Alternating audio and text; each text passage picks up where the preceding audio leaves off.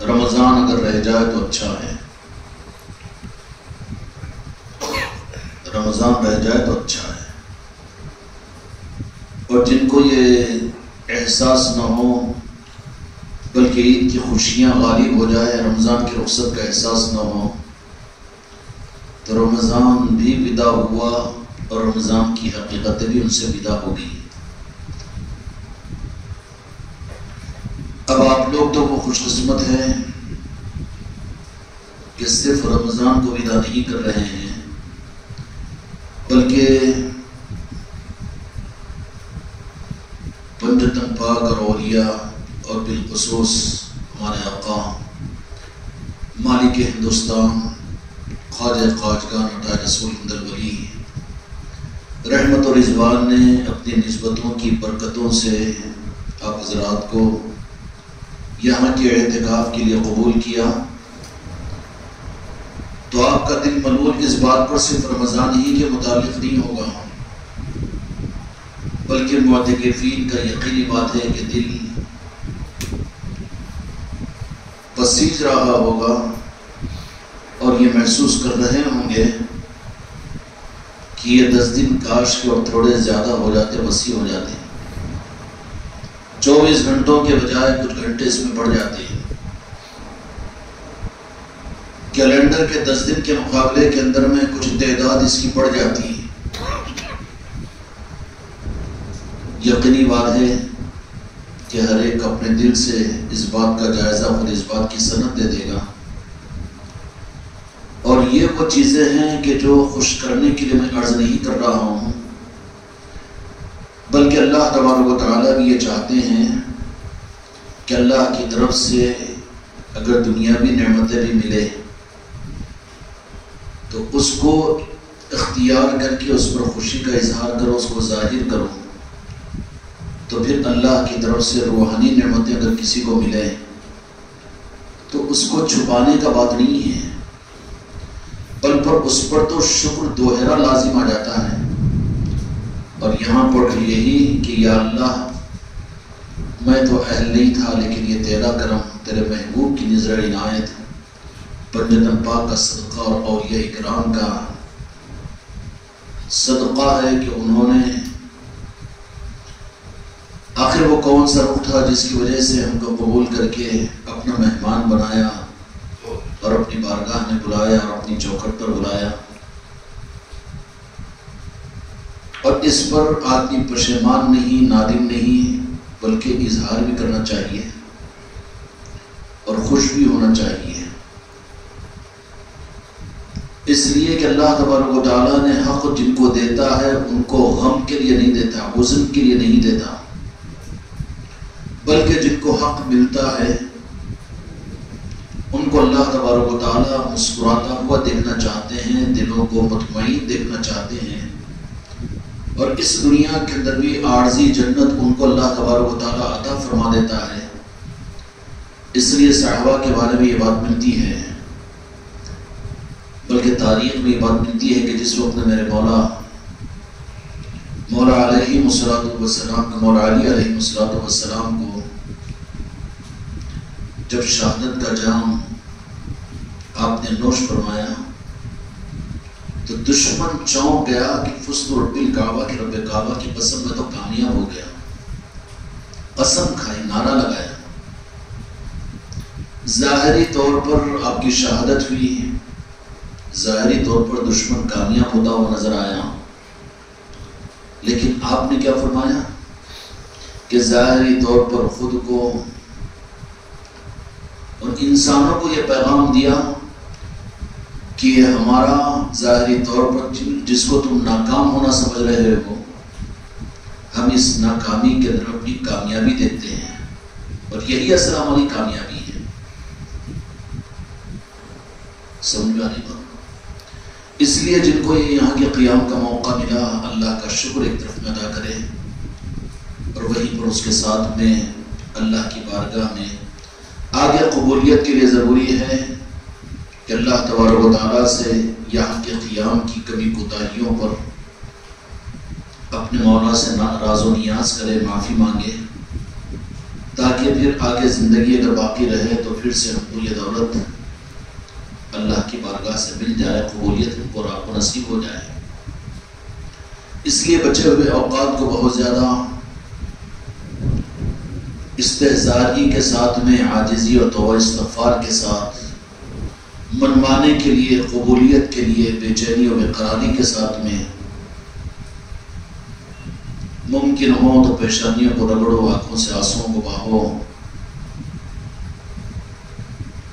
اور پھر دوسرے رخ پر شکر ادا کرو اور رب سے یہی بات مانگو کہ یا رب ہمارے استحقاق کے بغیر آپ نے اتنی بڑی دولتیں جب ہم کو آپ نے عطا فرما دی تو ہم تو اس کی قدر کہاں ادا نہیں کر سکتے۔ آپ ہماری ناقدری کے باوجود بھی ہم کو اپنے شکر گزار بندوں میں شامل فرمائیے، کیوں بھی ٹھیک ہے نا؟ ایک رخ تو وہ ہوتا ہے کہ اعتکاف کرنے والے مسلمانوں کے لیے تو دو جہاں کے مالک میرے آقا نے یہ رخ بتایا تھا کہ رمضان کے 3 اشروں کی خاصیت میرے آقا نے فرمایا، اور حق ایمان ہے ہمارا، حدیث پاک ہے، جہاں لفظ حدیث آ جائے، جہاں میرے مصطفیٰ کی نسبت آ جائے، وہاں پر اپنی دماغ اور عقل کو نہیں لڑانا۔ وہ تو گمراہوں کی بات ہے کہ جو ضعیف ہے، کہ احسن ہے، کہ حدیث ہے، کہ نہیں، جہاں جو چیز میرے آقا کی ذات سے منسوب ہو جائے وہ ہمارے لیے تو عقیدت کے واسطے سے، جہاں میرے مصطفیٰ کا نام ہے حدیث میں ہے، وہاں ہمارے لیے کوئی گنجائش نہیں ہے، ہم کسر کھوٹ والے نہیں ہیں۔ تو فرمایا کہ رمضان المبارک کا پہلا عشرہ تو رحمتوں کا تھا، دوسرا عشرہ مغفرت کا تھا، تیسرا عشرہ جہنم کے آگ سے خلاصی کا عشرہ تھا۔ جہنم کے آگ سے خلاصی کا عشرہ تھا، یہ تو میرے آقا نے فرما دیا۔ لیکن سوال عقیدہ ہے ہمارا، میرے آقا کا ارشاد ہے، بالکل یہی بات ہے، آخری عشرہ جہنم سے خلاصی کا عشرہ نہیں۔ اب یہ سوال پیدا ہوتا ہے کہ کیا آخری عشرہ اگر جہنم سے خلاصی کا ہے تو پھر آخری عشرے میں جہنم سے خلاصی، تو پھر پہلے عشرے میں جو روزہ رہے، دوسرے عشرے میں روزہ رہے، تو عبادت کے باوجود بھی کوئی کسر ہے کہ جس کی وجہ سے یہ جہنم میں جا سکتا ہے؟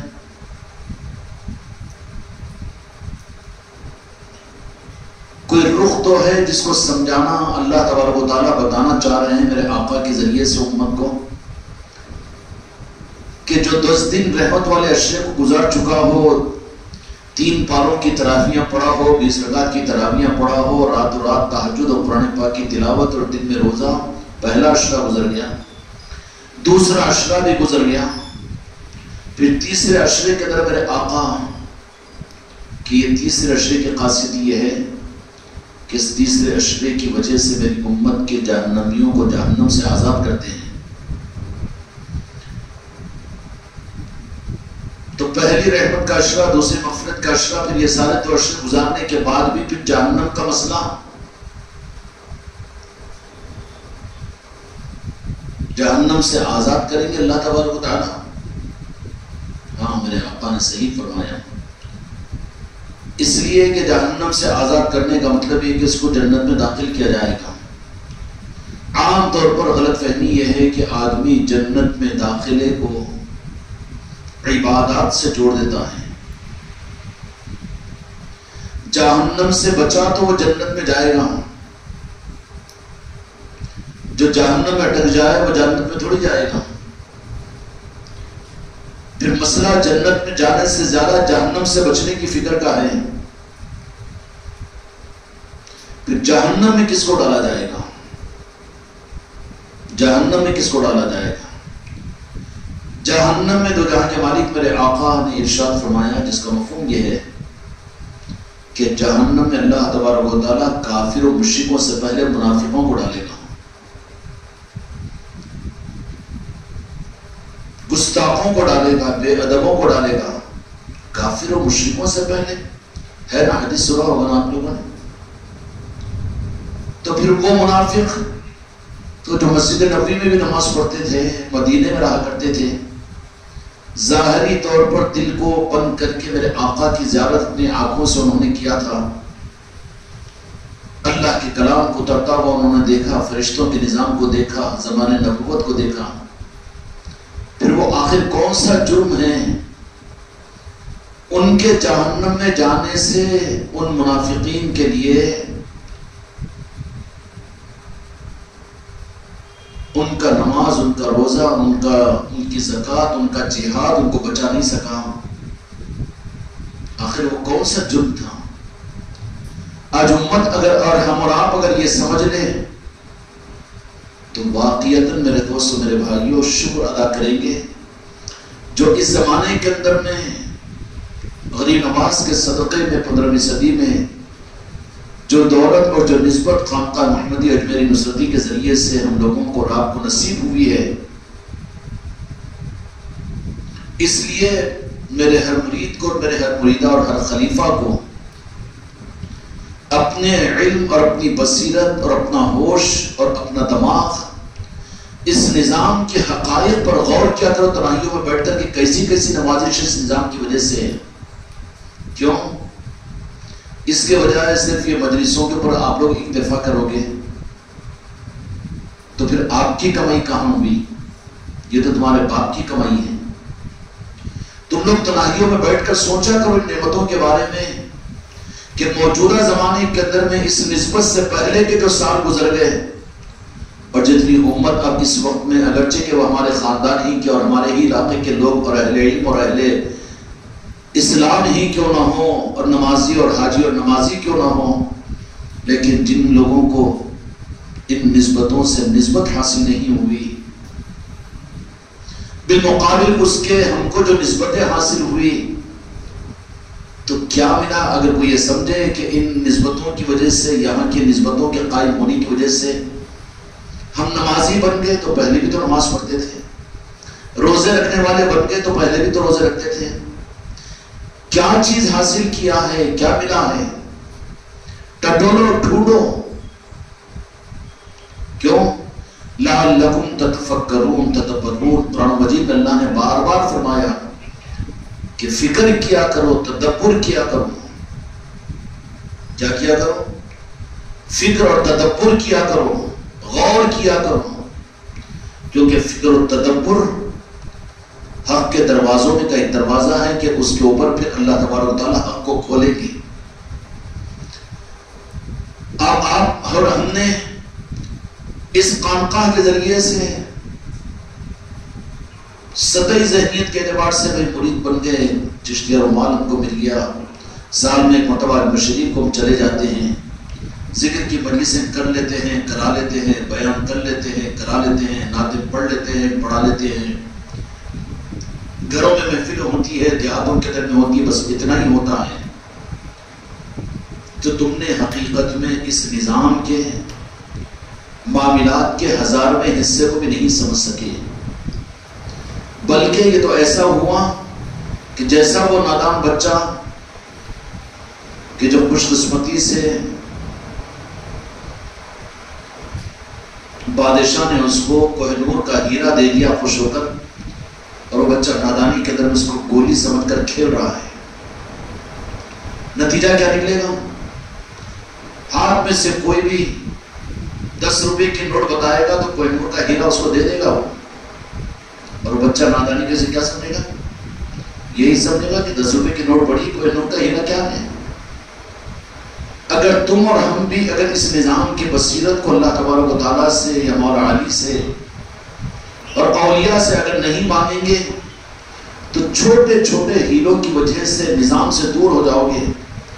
آج نہیں جا سکا مجلس میں، آج نہیں ہو سکا، آج خانقاہ کو نہیں آیا تمہیں، یا پھر دیکھ لے تو نہ ہو جاتا ہے نا. یہ محض اس کی وجہ یہ ہے کہ اس پر تم نے دی تو دے دی گئی تم کو دولت. اگر دولت کا اندازہ اور احساس ہو جاتا نا تو حالت نزاع کے اندر بھی تم یہی پوچھتے کہ آج محفل کہاں پر ہے، آج نظام کا کیا حال ہے، خانقاہ میں کتنے لوگ آئے تھے، فلاں مجلس کا کیا ہوا. اس نظام کا تدبر جن کے اوپر کھلے گا اور حق کھلے گا، اس کی زندگی کی پہچان یہ ہوگی وہ یہ نہیں کہ دل میں آیا لوگ وہاں استقبال کیے، پھر نعتیں پڑھائے، بیانات کروائے، تعریف کرے، مسافے کیے، قدم بوسی کرے تو ماں دولت آ رہے ہیں. کوئی منہ موڑ لیا وہ ہو گیا، کچھ برا بول دیا، کچھ شکایت کر دیا تو منہ موڑ لیے، تو پھر کس سے منہ موڑ لیا؟ گھر سے نہیں، گاؤں سے نہیں، بستی سے نہیں، خانقاہ سے منہ موڑ لیا. مثل مشہور ہے کہ بیوہ کا غصہ چڑیوں پر رہتا ہے نہیں. نظام کو اگر آپ نے اللہ اور مولا علی سے، بجدن پاک میرے غریب نواز سے، اگر تمہیں اس نظام کے اندر میں تدبر اور فکر کے ذریعے سے اپنے دل کو، اپنے ذہن کو، اپنے فکر کو ان نظاموں کی حقیقت پر بصیرت کو حاصل کرنے کی کوشش کی، سوچے، تو پھر نظام کی عظمتیں تمہارے اندر میں آئے گی. ہلکا پن نہیں ہوگا. اگر یہ نہیں ہوا تو پھر ایک پیر بھائی سلام نہیں کرا تو مجلس میں جانا بند کر دیے، انہیں 10,000 روپے ڈبا دیا لے کے تو مجلس میں جانا بند کر دیے. وہ کاروبار میں نقصان ہو گیا تو نظام سے کٹ گئے، اور وہ نہیں پوچھا گیا، نعت نہیں پڑھائی گئی تو پھر 8 دن مجلس کے اندر میں آنا بند کر دیے. یہ سب کیا؟ بیوہ کو غصہ چوریوں پر. یہ بہت دور ہے اس نظام کے، اور وجہ یہ ہے کہ اس نے اس نظام کے معاملات کے اندر میں اس نظام کی گہرائی کو نہیں سمجھا، اس نظام کی حقیقت کو نہیں سمجھا. بس یہ اپنے ذہن سے جتنا سمجھا، اچھا ذکر کرا دینا، اچھی نعت پڑھ لینا، اچھا بیان کر لینا، اور زور زور سے بیان کر دینا، یا پھر زور زور سے ذکر کرا دینا، رو رو کے دعا کر لینا اور رو رو کے منقبتیں پڑھ لینا. بس یہ نظام سمجھ لیا ہے. نظام یہ نہیں ہے. نظام کی ابتدائی صورتیں ہیں یہ تو ان کی غذا ہے جو ابھی نظام کو سمجھ نہیں سکے. یہ ساری امت کے لیے، کلمہ پڑھنے والوں کے لیے ہے کہ نظام کیا ہے سمجھنے کے لیے آؤ مجلسوں کے اندر میں. مجلسیں جو ہے نا، مجلسیں اہل نسبت کے لیے غذا ہے، اور غذا کے بغیر زندہ نہیں رہ سکتا آدمی، ہے نہیں. اور غذا ہوتے ہوئے بھی بھوکا نہیں مرے گا نا آدمی. ٹفن رکھا ہوا ہے لیکن بھوکا مر رہا ہے، بے وقوف پاگل ہے وہ. تیرے نظام کا ایک نظام موجود ہے خانقاہ کی صورت میں، مجلسوں کی صورت میں، اور تو مجلسوں میں نہیں جا رہا ہے، تیری عدم شرکت ہے، خانقاہ کو نہیں جا رہا ہے. کیوں؟ ان کی وجہ سے، ان کی وجہ سے. تو تو خود بھوکا مر رہا ہے نا. جس دن نہیں جا سکا اس دن تو بھوکا رہا تو، اور خدا نخواستہ اسی دن اگر تیری موت آ گئی، نظام کے ناقدروں میں اگر تیرا شمار ہو گیا کہ آج کا دن ہٹا کٹا رہتے ہوئے ناقدری کی وجہ سے، صرف ایک پیر بھائی کی وجہ سے، یا خلیفہ کی وجہ سے، یا فلاں کی وجہ سے، یا اس کی وجہ سے، اس کی وجہ سے یہ نہیں جا سکا، تو یہ رہ کر اختیار میں نہ جانے والے ناقدروں میں اس کا شمار ہے. تو زندگی بھر کی کمائی تو ضائع ہو جائے گی. ہوگی کہ نہیں ہوگی؟ زندگی بھر کی کمائی ضائع ہو جائے گی. پھر اس دن کی عدم شرکت ہی اس کے لیے پکڑ لی جائے گی. اس لیے میرے بچوں، اس نظام کے ساتھ میں ابھی تک جتنا ہم سے اس کی ناقدری کا نظام ہوا ہے، یا غریب نواز ایک ایک بچے کو، ایک ایک بچی کو میرے معاف کریں، آپ لوگ اس نظام کی حقیقت کو، تدبر کو سوچو. یہ نظام جو کچھ بھی چل رہا ہے اسی کو پورا مت سمجھو، بلکہ نظام کا عشر عشیر بھی نہیں ہے یہ نظام کے مقصد پر تدبر حاصل کرو. تمہاری قابلیتیں، تمہاری صلاحیتیں، تمہاری عقل بندیوں کا ثبوت یہ ہے کہ تنہائیوں میں بیٹھ کر اس نظام کے تحت ملنے والے انعامات کے اوپر غور کیا کرو. نسبتوں سے پہلے کی زندگی، اس کے بعد کا تمہارے قلب کی کیفیت، نسبتوں سے پہلے کا معاملہ اور اب کا معاملہ. اور پھر کس کو کہ ایک بات سوچو تو 1000 دولتیں اس نظام کے متعلق تم کو سامنے آئے گی کہ کس درجے کی نعمتیں، نسبتیں، اور اس کی وجہ سے پھر نظام کی بصیرت جب تم کو حاصل ہوگی تو پھر نظام کے لیے تم اپنے آپ کو ایسا تیار کرو گے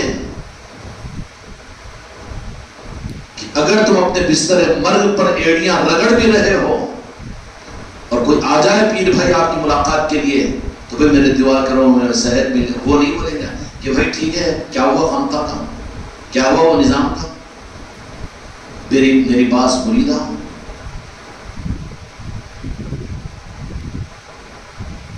کہ آخری وقت میں اسٹریچر پر ڈال کے لے جایا جا رہا ہے تو کہا کہ نہیں میری چشتیہ رومال میرے پاس میں پہنچاؤ مجھے. آخری وقت میں بھی یہ دولت کس کو نصیب ہوگی؟ مرتے وقت تو سب کو بھول جاتا ہے آدمی، اپنی آل اولاد کو یاد رکھتا ہے ظاہری طور پر، لیکن جن کو نظام یاد رہے کیا مطلب ہوا؟ نواز دیے گئے وہ. اور یہ ہے کہ ہم نہیں کہ بھی تو چلتا ہے نا، نہیں اپنے چیک نہیں کرتے کیا ہمیشہ تو جاتے چلنا نہیں نہیں.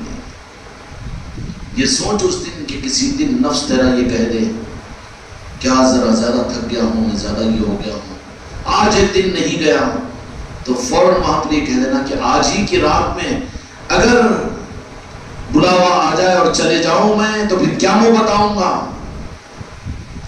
سوال ہو جائے خواجہ خواجگان کی طرف سے کہ آخری دن بھی میاں ہمارے نظام سے منہ موڑ کر تو اپنے گھروں میں بیٹھ گئے تھے. نہیں سرکار کیا کروں خلیفہ کی وجہ سے. اچھا نظام خلیفہ کا تھا؟ نہیں فلاں پیر بھائی ذرا ہم سے منہ موڑ دیا تھا، انہیں ذرا تیز بول دیا تھا. ادھر ادھر کی مصیبتیں اور پریشانیوں کو نظام کے لیے تو نظام کو کیا سمجھے، نعوذ باللہ. نظام کو اپنا سمجھ کر اس نظام کی عظمتوں کو خدا سے بھیک مانگو اور اس کے لیے اس بات کے لیے اپنے آپ کو تیار کرو کہ ہمارا اوڑھنا اور بچھونا اور ہماری سانسیں اور ہماری زندگی کی پہچان نظام ہے نا. نظام ہے، یہ دولت ہے. یہ کون سی دولت ہے؟ نظام کیا ہے؟ آپ لوگ ان باتوں کی اتنی سنتے ہیں اور سن کر قبول بھی کرتے ہیں، اس بات کی دلیل ہے کہ یہ قبولیت والی چیز ہے. ورنہ اس کے برعکس کوئی وسوسے نہیں آتے آپ لوگوں کو، یہ تو قبولیت کی علامت ہے نا. ورنہ جن کے دلوں میں وسوسے آئے کہ مجھے بول رہے ہوں گے یا مجھے دیکھ کے بول رہے ہوں گے پھر ایسا کیسا میرے کے لیے کہ وہ ان کے لیے، تو وسوسے تو نہیں آتے ہیں. سچی طلب ہے تو اس کا مطلب یہ ہے کہ دل کا رخ صحیح ہے، قبولیت کے راستے پر ہو. ورنہ دل کا رخ پلٹتا ہے تو پھر وسوسوں میں گھر جاتا ہے آدمی، پھر غلط سوچنا شروع کر دیتا ہے، بدگمان ہونا شروع ہو جاتا ہے. پھر اس کو پھر وہاں سے اس کے رخ کو موڑ کر کہیں سے کہیں پہنچا دیا جاتا ہے. اب اس نظام میں جب قبول کیے گئے ہوں تو مطمئن ہو کر اب اس اسٹیج پر پہنچ چکے ہیں کہ اب تم کو مجھ کو اس نظام کا سپاہی بن کر دنیا کو بتانا ہے کہ وہ ٹھیک ہے نہیں. سپاہی بن کر، سپاہی کیا ہوتا ہے؟ اس کی کٹنگ بھی دیکھیں گے تو سمجھ لیں گے کہ ہاں یہ سپاہی ہے. اس کا اسٹائل بھی دیکھیں گے تو سمجھ لیں گے سپاہی ہے. فوجی پہچانا جاتا نہیں پہچانا جاتا، بات کرنے کے انداز میں بھی، رہنے کے انداز میں بھی. ایسے ہی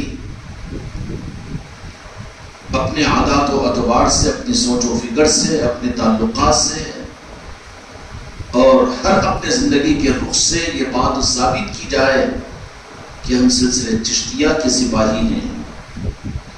اور یہ خانقاہ کے ذریعے سے نسبت چشتیہ جو ملی ہوئی ہے یہ کون سی ہے کہ نظام میں رہتے ہوئے بھی کئی کے لیے ایمان بنا لینے کے لیے، بھائی عبادتیں کرنے کے لیے، قبر بنانے کے لیے، جنت بنا لینے کے لیے، شرک نہیں ہو جانا اس کے لیے، کافر نہیں بن جانا. اگر ان خطرات میں ہیں تو یہ تمہارے نفس کا دھوکہ ہے جو تم کو بزدل بنا رہا ہے. اب تم سے میں سوال کروں کہ تم کافر ہے، ناگوار گزرے گا نا آپ کو، قبول کرے گا کوئی؟ نہیں کرے گا. دور تک بھی سوچ نہیں جائے گا کہ میں کافر بھی ہو سکتا ہوں کیا. اور جی قاسم صاحب ہے نہیں تو پھر گمان بھی تو نہیں جائے گا. اس کا مطلب کیا ہے کہ ہم کافر نہیں ہیں. جب ہمارا گمان نہیں جا سکتا تو اللہ ہم کو کیسے کافر بنائے گا؟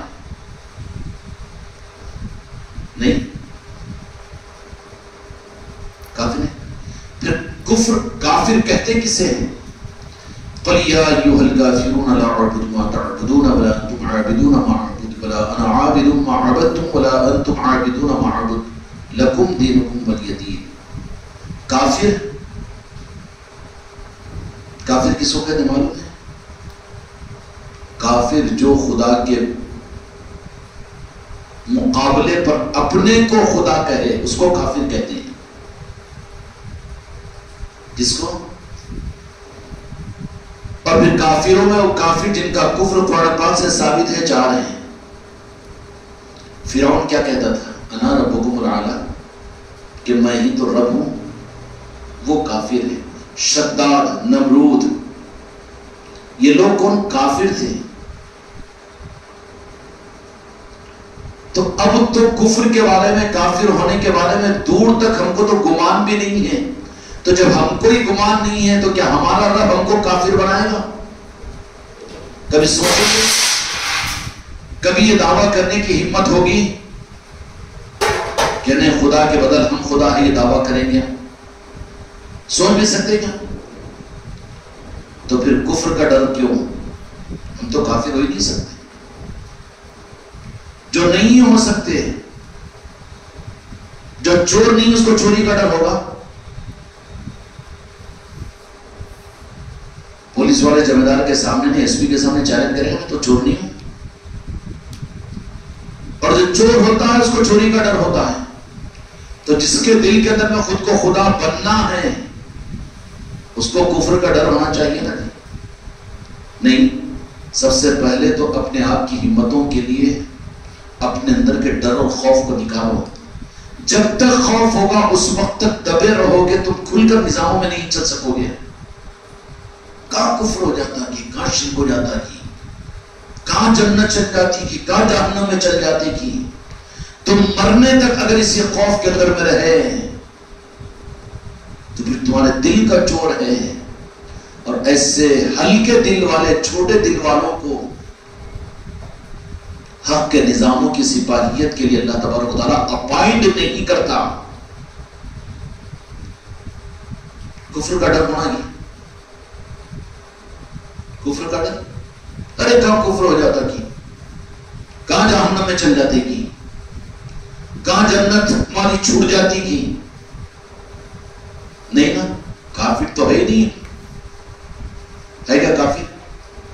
جب کافر نہیں ہے تو قرآن مجید کے اندر میں دوسرا لفظ ملتا ہے کہ مشرک۔ مشرک، اللہ تبارک و تعالیٰ کی اپنی ذات میں کوئی دوسرا بن ہی نہیں سکتا۔ خدا کو کفر کے بارے میں بندوں سے کوئی ڈر ہی نہیں ہے، اللہ کو ٹینشن ہے گی، ایک ہی ہے نا وہ تو اپنی ذات و صفات میں۔ تو جو دو ہو ہی نہیں سکتا اس کو کہاں چکر ہے کہ مجھے دو بندے بنانے سے میں ہو جاؤں گا؟ یہ ڈھونس جو دیتے نا کفر ہو جاتا، کفر ہو جاتا، یہ زبردستی کا باؤ باؤ ہے، وہ تو ہے ہی ایک۔ اچھا، فرعون کی وجہ سے کیا فرعون سے ڈرا کہ اللہ میاں بحر قدس میں ڈبا دیا، پتلے کو ممی کو رکھ دیا، آج تک مصر کے ایڈیٹوریم میں ہے شاید۔ پھر فرعون جیسے وہ جو یہ کہتا تھا کہ میں ہی رب ہوں، میں ہی خدا ہوں اور بڑا رب میں ہوں، تو اللہ نے عبرت کے لیے رکھ دیا کہ ایسا فرعون جس کو 800 برس تک زکام تک نہیں آیا تھا، اتنی صحت میں نے دیا تھا، لیکن اس نے بھی اگر دعویٰ کیا تو مجھے ٹینشن نہیں تھا، اس کے باوجود میں اس کو نوازا تھا۔ مجھے ڈر نہیں ہے کہ کوئی دوسرا بن جائے گا، اللہ کو ڈر ہے کہ کفر کا بندوں سے یہ زبردستی کی بھبکیاں آئی ہیں۔ کفر صرف یہ ہے کہ اپنے کو اللہ کہے، اپنے کو اللہ کہے، اور یہ پاسبل نہیں ہے۔ اب رہا شرک کا مسئلہ، شرک کیا ہے؟ رب کی ذات میں شریک کرنا یہ بھی نہیں، صحیح رخ نہیں ہے شرک کا۔ کیوں؟ کہ ہم جس رب کو رب مانتے ہیں وہ ایسا ہے ہی نہیں کہ جس میں زبردستی لیا کہ ہم ڈھک لے تو شریک ہو رہا ہے۔ اللہ کی ذات میں کسی کو شریک کرنا ہے، توبہ کر، کہیں کچھ شرک کر رہا تو اللہ کی ذات ایسی ہے ہی نہیں جس میں شریک کوئی کر سکے. فرعون نہیں کر سکا، قارون نہیں کر سکا، تو 15ویں صدی کا یہ ٹنڈو پنجو کر سکے گا؟ اللہ وہ ذات نہیں ہے جس میں اللہ کو ڈر بھی نہیں ہے شرک کے بارے میں کہ میرے ساتھ ملا کے بٹھا دیا تو پارلیمنٹ میں پھر اس کو وزیر اعظم بنا دے کیا ہے گی. اللہ بے نیاز ہے. پھر شرک کا مطلب کیا ہے؟ کفر سے مطمئن ہونا ہے اس لیے کہ وہ تو ایک ہے، ایکتا ہے، اور پھر اس کی عظمت کو ہم کیا جانیں، وہ کیا ہے، اس کا ادراک ہم کیا کریں، ہم کیا سوچیں. بس وہ وہی ہے جو ہمارے محبوب نے فرمایا. اس لیے کہ مشاہدہ صرف اللہ نے کسی نبی اور کسی رسول کو، کسی فرشتے کو نہیں کروایا. اگر اللہ نے اپنا مشاہدہ اور کسی کے سامنے اپنی حقیقت کو ظاہر کیا تو صرف واحد ذات ہے، وہ ذات میرے مصطفیٰ کی ذات ہے. شرک کا احتمال بھی رب کی طرف میں نہیں ہے، مصطفیٰ کی ذات کی طرف میں ہے. اللہ کے ساتھ کسی کو جوڑ دینا، تیرے جوڑنے سے جڑتا کیوں؟ یہ خامخواہ کے چکر میں شرک کہاں ہے؟ شرک رب کی ذات میں نہیں ہے. اچھا تم کو مشرک اگر بولو تو مانیں گے کیا؟ ماننے کو تیار نہیں، جان دے دیں گے. تو پھر جب تم اپنے لیے مشرک کے لفظ کو پسند نہیں کرتے تو کیا خدا تمہیں قیامت کے میدان میں مشرکوں میں شمار کرے گا؟ یہ تو نعوذ باللہ خدا پاک کا ظلم ہو جائے گا کہ زندگی بھر تو کہا کہ میں انی بچہ تو وجیہ للذی فطر السماوات والارض حنیفا وما انا من المشرکین، کہ میں مشرکوں میں سے نہیں ہوں. نماز پڑھ رہا ہے، اقرار کر رہا ہے، پھر اس کو مشرکین کا ڈر کیسے؟ تو شرک کا احتمال بھی رب کی طرف میں نہیں ہے. رب کو رب کے مقام پر رکھو، رب کو رب کے مقام پر رکھو. رب اپنے لیے کس مقام سے خوش ہے اور اپنے بندوں سے اپنا کیا مقام چاہتا ہے؟ صرف یہ کہ الہ اور معبود عبادت اسی کی جائے گی، خالق وہی ہے، مالک وہی ہے نا. اب پھر وہ کیسا ہے، کیا ہے؟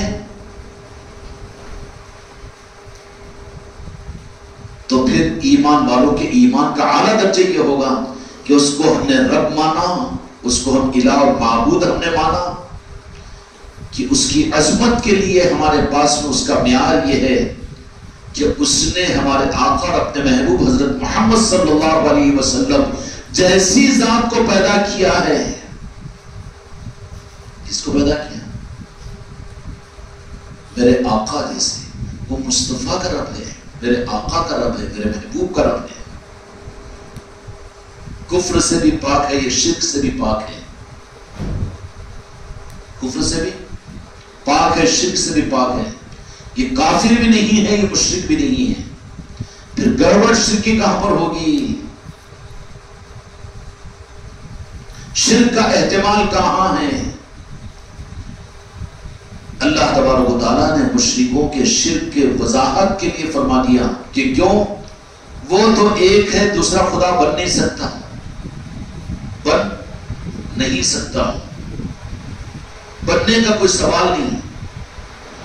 لیکن اللہ تبارک و تعالیٰ نے اپنے محبوب کو اس دنیا میں صورت بشریت کے اندر میں ظاہر فرمایا، اور آپ سے پہلے سوالات انبیاء کو بھیجا تھا. نبی اور رسولوں کے اندر میں رکھا ہے اپنے محبوب کو. شرک کا کانسیپٹ یہ ہے کہ ان اہل کتاب نے، قوم بنی اسرائیل نے، موسیٰ علیہ السلام کی قوم نے، عیسیٰ علیہ السلام کی قوم نے ان نبیوں کے مقابلے کے اندر میں میرے آقا کی عظمتوں کو کہا کہ نہیں وہ بھی نبی تو یہ بھی نبی. یہ ہے شرک. اپنے نبیوں کے برابر سمجھنا یہ شرک کا کانسیپٹ ہے. اور جو آپ کا غلام، آپ کا نام لیوا امام الانبیاء جن کو مانے، تمام نبیوں کا عقیدہ اور عظمت تعظیم اپنی جگہ ہے، لیکن جو میرے آقا کو اللہ تعالیٰ نے مقام عطا فرمایا کسی نبی اور رسول کو عطا نہیں کیا گیا. تو شرک کا ڈر پھر اس امت کو کیسے کہ وہ تو جن کا کلمہ پڑھتا ہے ان کا غلام تصور کرتا ہے، ان کو رب کے بعد سب سے اعلیٰ درجے پر میرے مصطفیٰ. اور رب کے لیے بھی یہ کہ رب میں تجھے نہیں جانتا اس لیے کہ میرے مصطفیٰ نے تجھے رب کہا، اس کے لیے تو میرا نہیں بلکہ میرے مصطفیٰ کا رب ہے. میرے مصطفیٰ نے کہا کہ تمہارا رب ہے، تمہارا پیدا کرنے والا ہے، تو میں نے مان لیا. تم کو رزق دینے والا ہے تو میرے مصطفیٰ کے کہنے پر تجھے رزق دینے والا مانا. تو عزت دینے والا میرے مصطفیٰ نے کہا تو میں مانا. تو موت دینے والا تو کہا تو میرے مصطفیٰ نے مصطفیٰ کی وجہ سے مانا. رب کی پہچان بھی مصطفیٰ کی وجہ سے ہے. عارفین کے لیے شرک اور کفر کے اس خوف سے نکلنا ضروری ہے، ورنہ یہ وہ خوف جو ہے نفس اور شیطان تم کو بزدل بنا دے گا. اپنے ایمان کو بناؤ. بناتے بناتے عمر گزر گئی تو پھر ایمان ہے کیا چیز؟ کون سے حکیم اجمل خان کی پوڑی ہے کہ بنانے کی چیز ہے ایمان، غلامی کی چیز ہے ایمان. دل و جان سے زیادہ میرے مصطفیٰ پر محبت کرنے کی چیز ایمان ہے، ایمان بنانے کی چیز نہیں ہے. چکر میں ڈال دیا گیا ہے امت کو ایمان بناؤ ایمان بناؤ ایمان بناؤ. ایمان بنتا کہاں ہے؟ اب انانیت اور تکبر ہے، میرے مصطفیٰ کی غلامی کو قبول نہیں کرتا. تو پھر اب جو راستہ نکال کر ایمان بناؤ ایمان بناؤ ایمان بناؤ. ایمان بنانے کی چیز ہے. کیسا بنتا ہے بنا؟ بننے کا مطلب کیا ہے؟ کیا صحابہ بھی ایمان بنائے تھے یا میرے مصطفیٰ کے دیدار سے ایمان کا کمال ملا تھا ان کو؟ ایمان بنانا کیا چیز ہے؟ بنانے کی چیز نہیں، نالے پاک مصطفیٰ پر ڈالنے کی چیز ایمان ہے. اب یہ ایمان بناؤ ایمان بناؤ ایمان بناؤ، عمل بناؤ عمل بناؤ. عمل تو بناتا ہوں تو شرک کا احتمال بھی نہیں. اگر اس کے دل میں میرے آقا کی محبت اگر ہو تو وہ مشرک بھی نہیں ہو سکتا. ہو سکتا ہے پھر ڈرے گا کہ شرک سے بار بار زبان کے اوپر آئے گا شرک کفر. کس کے زبان پر آئے گا؟ جس کے دل میں چور ہے. نہیں، میں کافر بھی نہیں ہو سکتا، میں مشرک بھی نہیں ہو سکتا. میں تو میرے مصطفیٰ کا میں غلام ہوں. میں تو مولا علی کا بندہ ہوں، میں تو غوث و خواجہ کا بندہ ہوں. پوری سنتیں ہیں اس کے پاس میں. اس کو شرک اور کفر نہیں. شرک و کفر کا خوف یہ بزدل بنا دیتا ہے، ڈرپوک بنا دیتا ہے. اور شرک و کفر کے ڈر کی وجہ سے پھر آدمی کے دل میں یہ آتا ہے کہ میری جنت چھین نہ جائے، میرے جہنم میں نہ چلے جاؤں. اس خوف میں پریشان اور پشیمان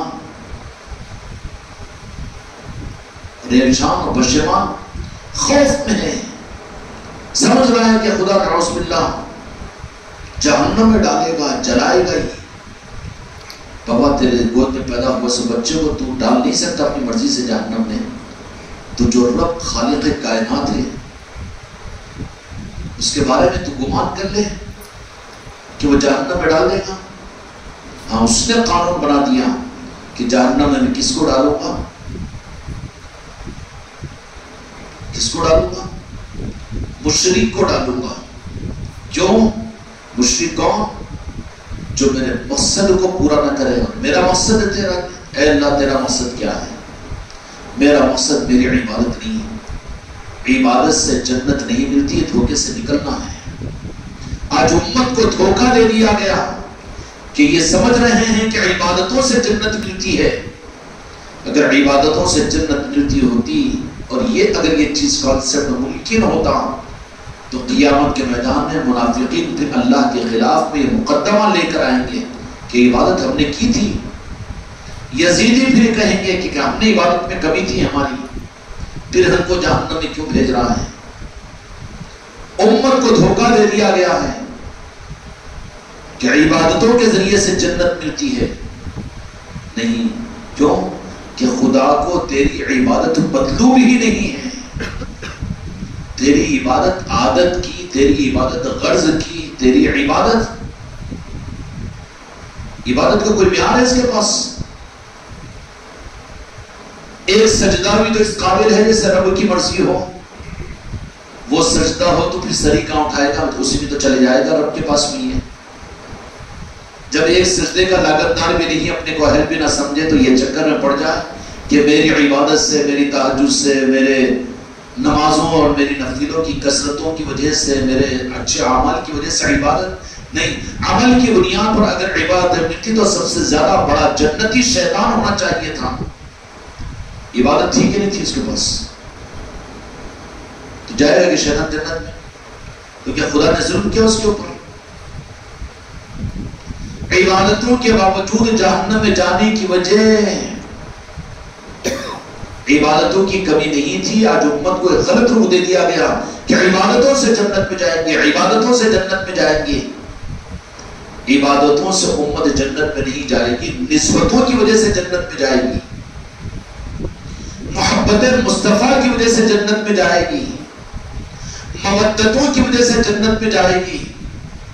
اللہ نے جنت کو, جنت کا خالق اللہ کی ذات ہے, لیکن مالک بنا دیا اپنے محبوب کو. کس کو بنایا؟ مالک بنا دیا. اور میرے محبوب نے بھی جنت کو اپنے پاس میں نہیں رکھ لیا, بلکہ اپنی شہزادی کو عطا کیا, اپنے نواسوں کو عطا فرما دیا کہ جنت کے مالک تم ہو. کہاں رہی جنت اللہ کے پاس میں ہو جی. اللہ کا معاملہ تو یہ نہیں ہے نا کہ دے دینے کے بعد پھر لے لے, اختیارات دیا سو پھر کھینچ لینا, دھک دھک دھک دھک. کتنا بڑا الزام ہوگا اللہ کی ذات کے اوپر. خالق بنایا کس کے لیے؟ میرے محبوب کے لیے. کس کے لیے؟ اپنے محبوب کے لیے.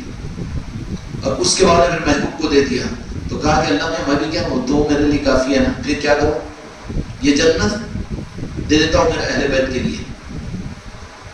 تو جنت میں جو جائے گا وہ عبادت والا نہیں جائے گا, بلکہ میرے مصطفیٰ کی محبت سے مودت والا جائے گا, پر جنت پاس سے محبت کرنے والا جائے گا.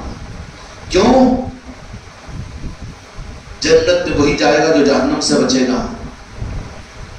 اب جنت میں جانے کے لیے ٹکٹ یہ نہیں کہہ دینا کہ صرف اللہ کو راضی کر لینا ہے, نہیں. اللہ نے تو اس جنت کو اپنے محبوب کے لیے بنا کر حوالے کر دیا معراج میں کہ جاؤ میرے محبوب, جن سے تم راضی ان سے میں راضی, جو تمہارا ہے وہ میرا ہے. سارا معاملہ بھی کر دیا, اب اپنے اوپر کچھ رکھا ہی نہیں. اور اس مصطفیٰ نے پھر اس جنت کو کہ کہیں امت یہ نہ کہہ دے اللہ رسول اللہ رسول, جیسا کہ بولا جاتا نا کہ اللہ رسول اللہ رسول اللہ رسول. رسول بھی ذرا ہلو بولتا, ہاں, محبت کا اظہار بھی نہیں ہوتا اس کے اندر میں. یا رسول اللہ بھی نہیں بولتا, اللہ رسول صلی اللہ علیہ وسلم. ارے ارے ارے ارے ارے بابا, تو اگر ان کا غلام ہے, ان سے محبت ہے, تو تیرے نام کے لینے کے اندر بھی تو محسوس ہونا چاہیے نا. تو جنت کو اللہ تبارک و تعالیٰ نے بنایا اور اپنے محبوب کو عطا فرما دیا. تو محبوب نے کہا کہ میری امت آگے خطرے میں پڑے گی کہ صرف یہ سمجھ لے گی کہ اللہ رسول کو راضی کر لو تو کافی ہے. نہیں, اب قیامت تک کے لیے جنت کو میرے مصطفیٰ نے, اللہ نے آپ کو دیا میرے مصطفیٰ کو, تو میرے مصطفیٰ بھی اپنے پاس نہیں رکھے. کیوں؟ کہ جن کا رب ہے, رب خود جن کو راضی کر رہا ہے, ان کو جنت کی کیا ضرورت ہے؟ پھر کیا کیا آپ نے؟ اہل بیت کو دے دیا ہے, پنجتن پاک کو دے دیا ہے. اب جن کو جنت پہ جانا ہے ان کو پنجتن پاک کی چوکھٹ پر آنا ہے. جو پنجتن پاک والے ہیں خدا کی قسم جنت میں وہی جا سکیں گے. سمجھ میں آئی بات؟ جنت کس کی ہے جی؟ عورتوں کی سردارہ میری شہزادی سید کائنات فاطمہ الزہرا سلام اللہ علیہ, حسنین اور کریمین, نوجوانان جنت کے سردار. بڈھا تو جنت میں نہیں جائے گا نا, بڈھے کو بھی جوان بنا کر ڈالیں گے. تو پھر سارے جنتیوں کے سردار مولا حسن اور مولا حسین علیہ السلام. تو جنت کا ٹکٹ اللہ رسول نے اپنے پاس میں نہیں رکھا, پنجتن پاک کے پاس میں رکھا ہے. اور جو پنجتن پاک کو چھوڑ دیں, پنجتن پاک کو چھوڑ دیں جن کو پنجتن پاک کی وجہ سے مسکراہٹ چہرے پر نہ آئے، پنجتن پاک کے نام کے لینے میں لذت، یہ کیا ہے؟ شیعہ اور رافضیوں کا حساب۔ اور یہ کیا بار بار پنجتن پاک بولتے ہیں یہ خانقاہ محمدی والے، اور کیا مولا علی کہتے ہیں سید کائنات، سید امام حسن، مولا حسین، ارے ان کی خانقاہوں میں تو بس یہی چلتے رہتا ہے۔ ارے بابا اس وقت میں یہ سودے اس زمانے میں دوسرے رخ پر مت جاؤ، جنت کے ٹکٹ خانقاہ محمدیوں سے بک رہے ہیں دنیا میں۔ مانو پنجتن پاک کو تو ملے گی جنت۔ جنت کو لینے کے لیے سال سال کی قربانیاں دے کر جا رہے ہو، لاکھوں روپے لگا رہے ہو، تم کہاں ہے وہاں جنت؟ پوری تقریب میں پوری زندگی کے اندر پنجتن پاک کی عظمت کا تذکرہ تک نہیں آئے گا، مولا علی کا نام نہیں آئے گا، سید کائنات کا نام نہیں آئے گا، مولا حسن اور مولا حسین علیہ السلام کا نام نہیں آئے گا، سید کائنات کا تذکرہ نہیں ہوگا، محبت کا پہلو ان کی طرف میں جنت ہوتے منہ میں پانی آتا، بھون ہوتا ہے، جنت ہونا، جہنم سے بچا اللہ میاں، دنیا بھی دے آخرت بھی دے، کتنے وعدیاں کرتے رہتا ہے یہ غرض کے لیے۔ ارے کبھی رو مولا علی کی محبت میں، کبھی رو مولا حسن اور مولا حسین کی نسبتوں پر۔ یا اللہ میرے دل کے اندر میرے پنجتن پاک کی محبت سکہ بٹھاؤ قلب کے اوپر، خدا کی قسم جس قلب کے اوپر پنجتن پاک کا سکہ ہوگا اس کو رب نہیں روکے گا جہنم میں، اس کو رب نہیں روکے گا جنت میں جانے سے، اس لیے کہ مالک کے پرمیشن کے بغیر کوئی جا ہی نہیں سکتا۔ مالک اللہ رسول نے بنایا نا، اب ان کے بغیر سیدھا سننے دو، نماز کے فضائل بیان کرو، علم کے فضائل، خرچ کرنے کے فضائل، لاکھوں روپے زکات دینے کے فضائل، سب سنے گا۔ مگر حضرت مولانا مفتی صاحب اب مولا علی کے فضل نہیں، کئی کو صحابی تھے وہ، مولا بھی نہیں، وہ گولے تھے مگر اپنے نہیں بولے، حضرت علی رضی اللہ تعالیٰ عنہ بولنا خالی کیا مطلب ہے؟ ابھی خندقے ہیں اس کی جنت میں جانے کے لیے۔ عقیدے کو جب تک مولا سے نہیں جوڑے گا، جنت کا راستہ تو خدا کی قسم پنجتن پاک ہے، جنت کا رسیہ تو ہے، جنت کا طالب تو ہے، یہ جنت کا خواہش مند تو ہے، لیکن راستہ بھٹکا ہوا ہے تو جنت میں کیسے جائے گا وہ؟ اگر تجھے جنت ہی میں اگر جانا ہے تو پھر مان پنجتن پاک کو، بن غلام ان کا۔ اس لیے اللہ تبارک و تعالیٰ نے فرمایا کہ اللہ کو جنت و جہنم سے کیا مطلب ہے، بس بندوں کے لیے دے دیا کہ جنت بنایا اللہ تعالیٰ نے اپنے محبوب کو دے دیا، تو محبوب نے کہا کہ یا اللہ میں بھی دیکھ اس کو کیا کروں، میں اپنے آل کو دے دیتا ہوں، اہل بیت کو دے دیتا ہوں، اے میری شہزادی آپ جنت کی مالک، اے میرے نواسو حسنین کریم تم جنت کے مالک، جنت کا مالک بنا دیا۔ اس سے پہلے بات تو یہ ہے کہ جنت پاک جگہ ہے، جنت میں جائے گا مومن، کون جائے گا؟ مومن، بغیر ٹکٹ کے تھیٹر میں جا سکتے ہیں، اور جی اگر چلے گا تو گیٹ کیپر ہی کام پھر چھوڑ کے نکالتا باہر۔ ایمان کا ٹکٹ مولا علی سے ملے گا، ایمان کا ٹکٹ انا مدینۃ العلم بابها علی، دروازہ علی ہے میرے۔ آج امت حق سے کتنی دور ہے، مسجدوں کے ممبروں سے، ان کی تقریروں میں، ان کی تحریروں میں، ان کی تبلیغ میں، ان کے نظاموں میں کہیں پر نظر آتا ہے میرے مولا کا نام؟ اے جن کے بغیر ایمان نہیں، اے علی قیامت تک میری امت کے لیے مومن اور منافق میں پہچان تمہارا نام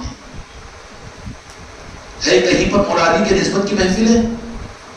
جہاں ہے وہ خوش قسمتی کی بات ہے۔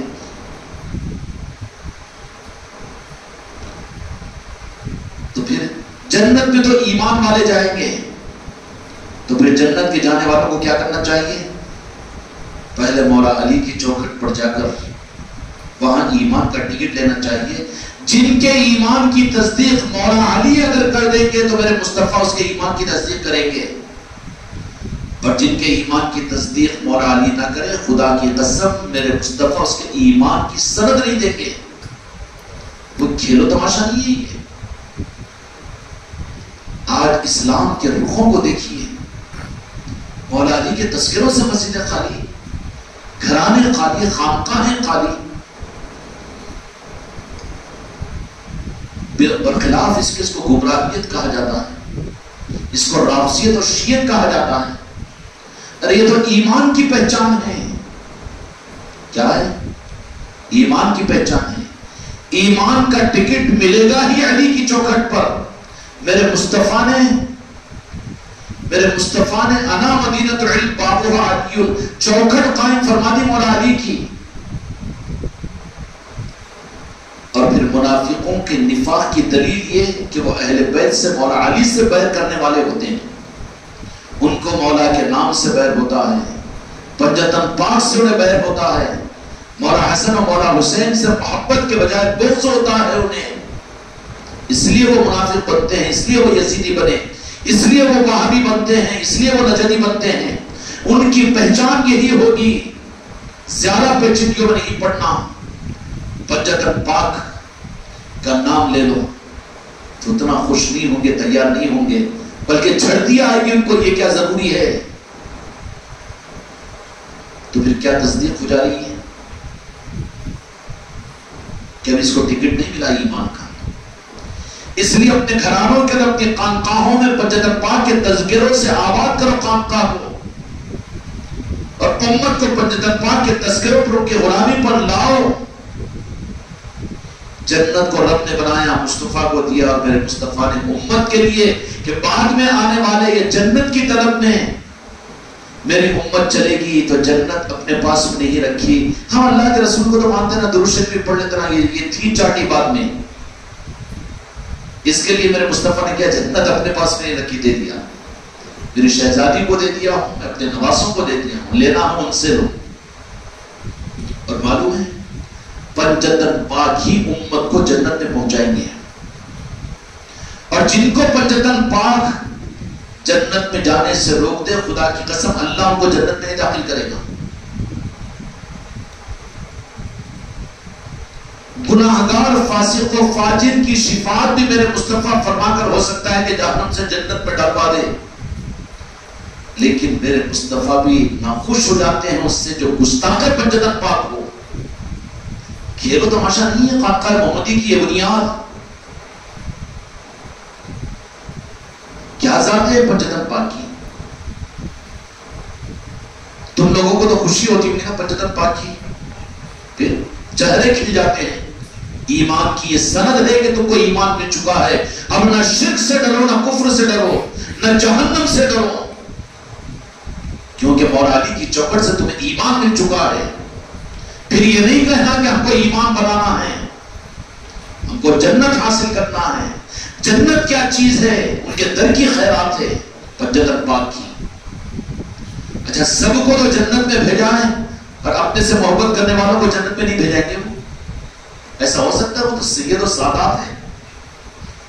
مولانا حسن اور مولانا حسین سیدہ کائنات، ان کے اپنے نام لینے والے، ان کے اپنے سے محبت کرنے والے اور ان پر اپنے آپ کو فدا کرنے والوں کو جنت میں جانے سے روکیں گے؟ وہ ان کو جہنم میں جاتا ہوا دیکھ سکیں گے؟ وہ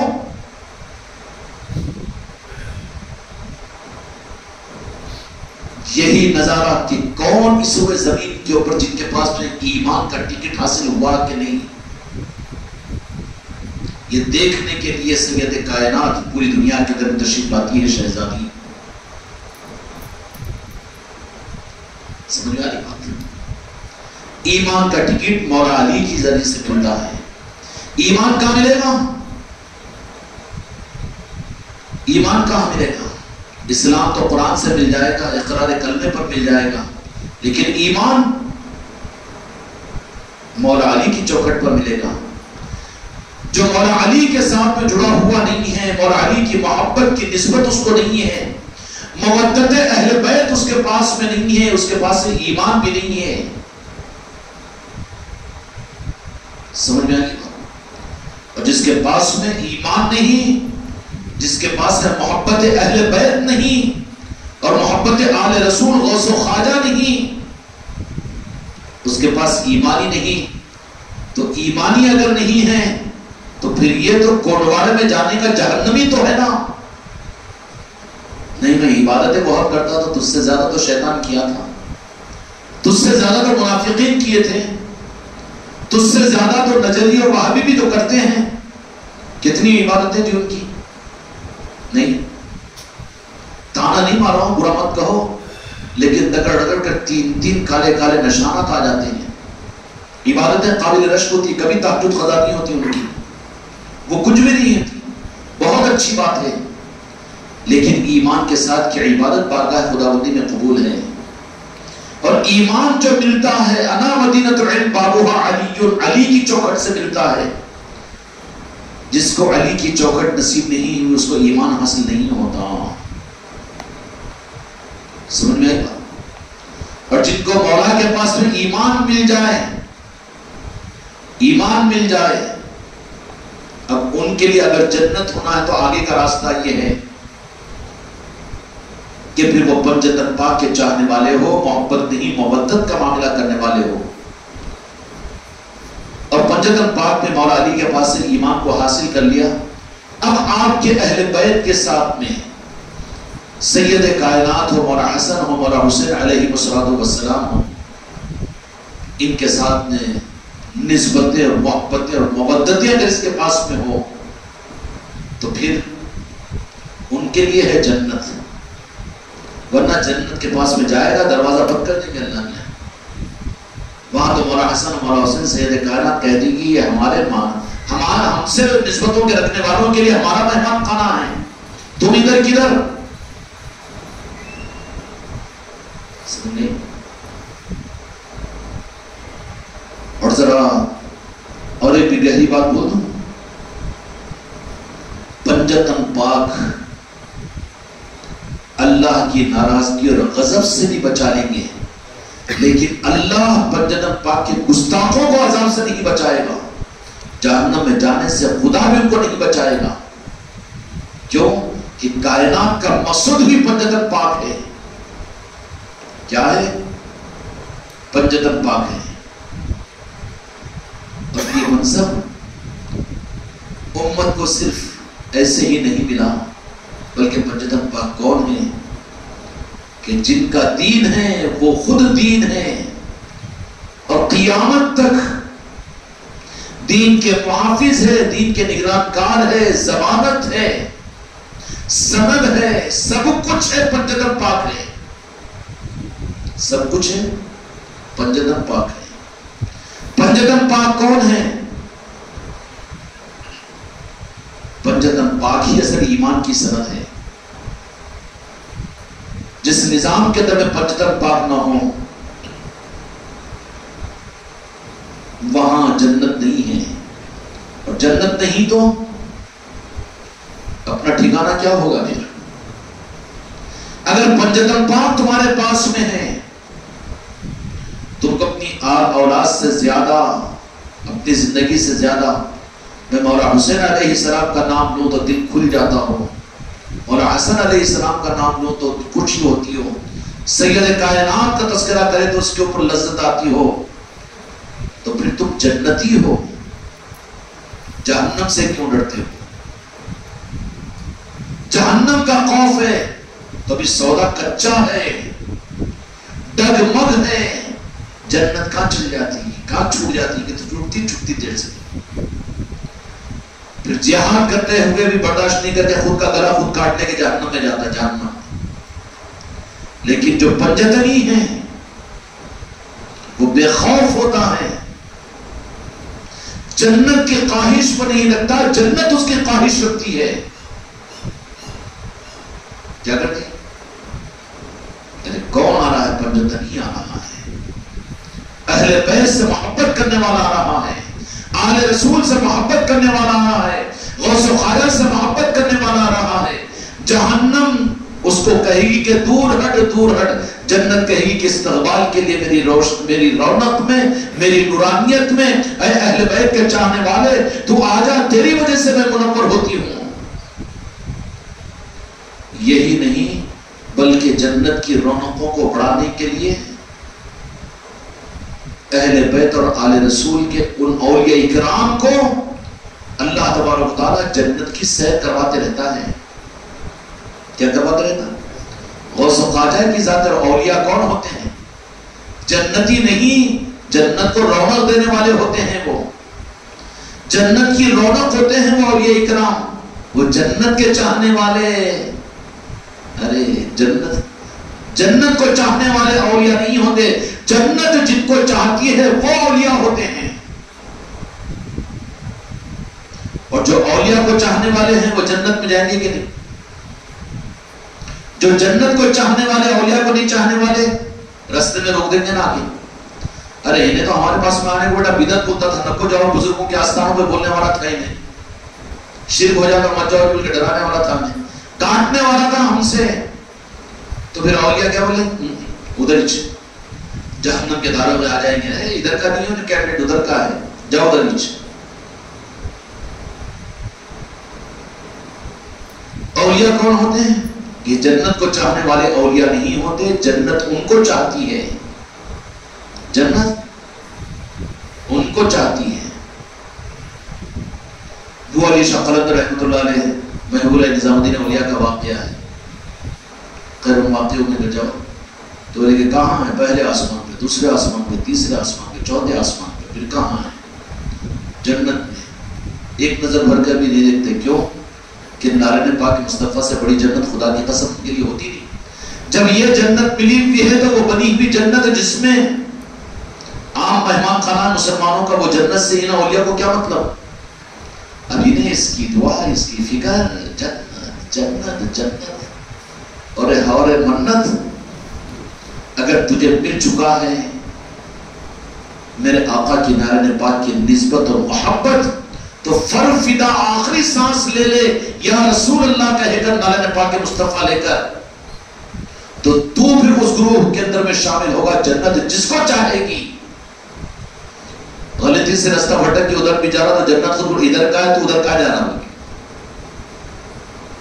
اور جہنم کے تو نکوا ٹھنڈی ہو جاتی ہے. یہاں پر میں جہنم کعبے کی کس سے؟ پنجت پاک مولا حسن مولا حسین تو وہ دور کی بات ہے، بہت بڑی اعلیٰ بات ہے. مولا علی تو بہت دور کی بات ہے. بلکہ اولیاء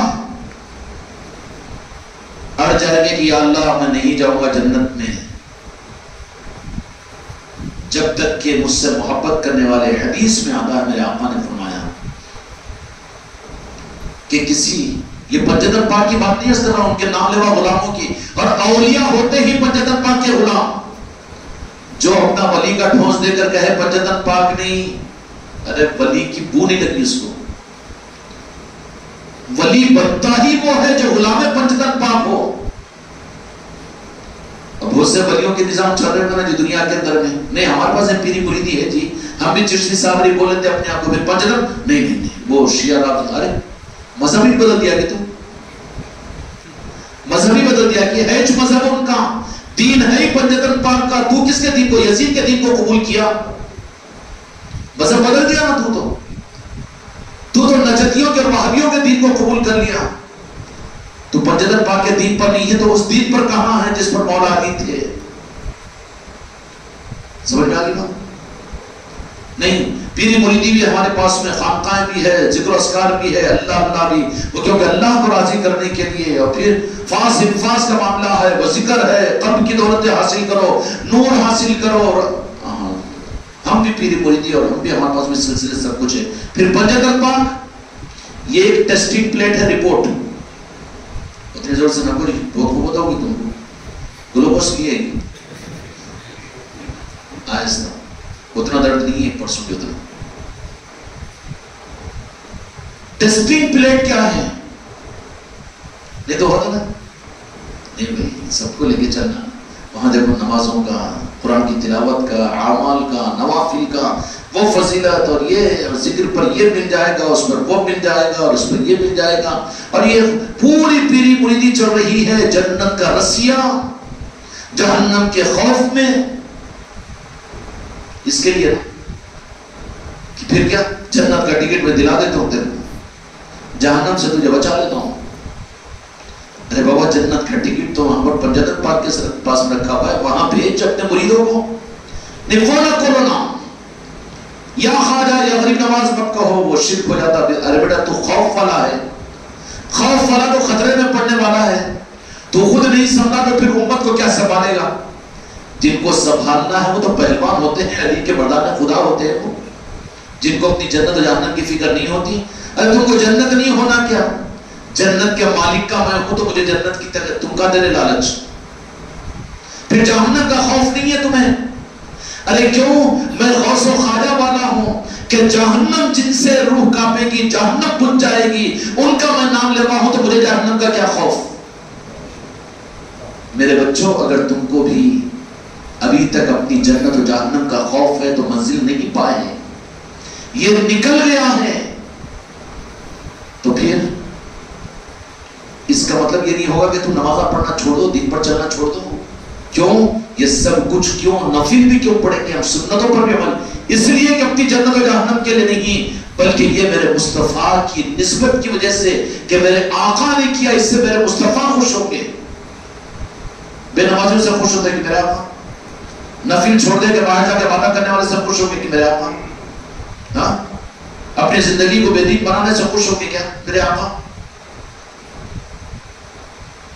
راتوں میں غلط پکچروں کو پھر سینوں پر دیکھنے سے خوش ہوں گے کیا.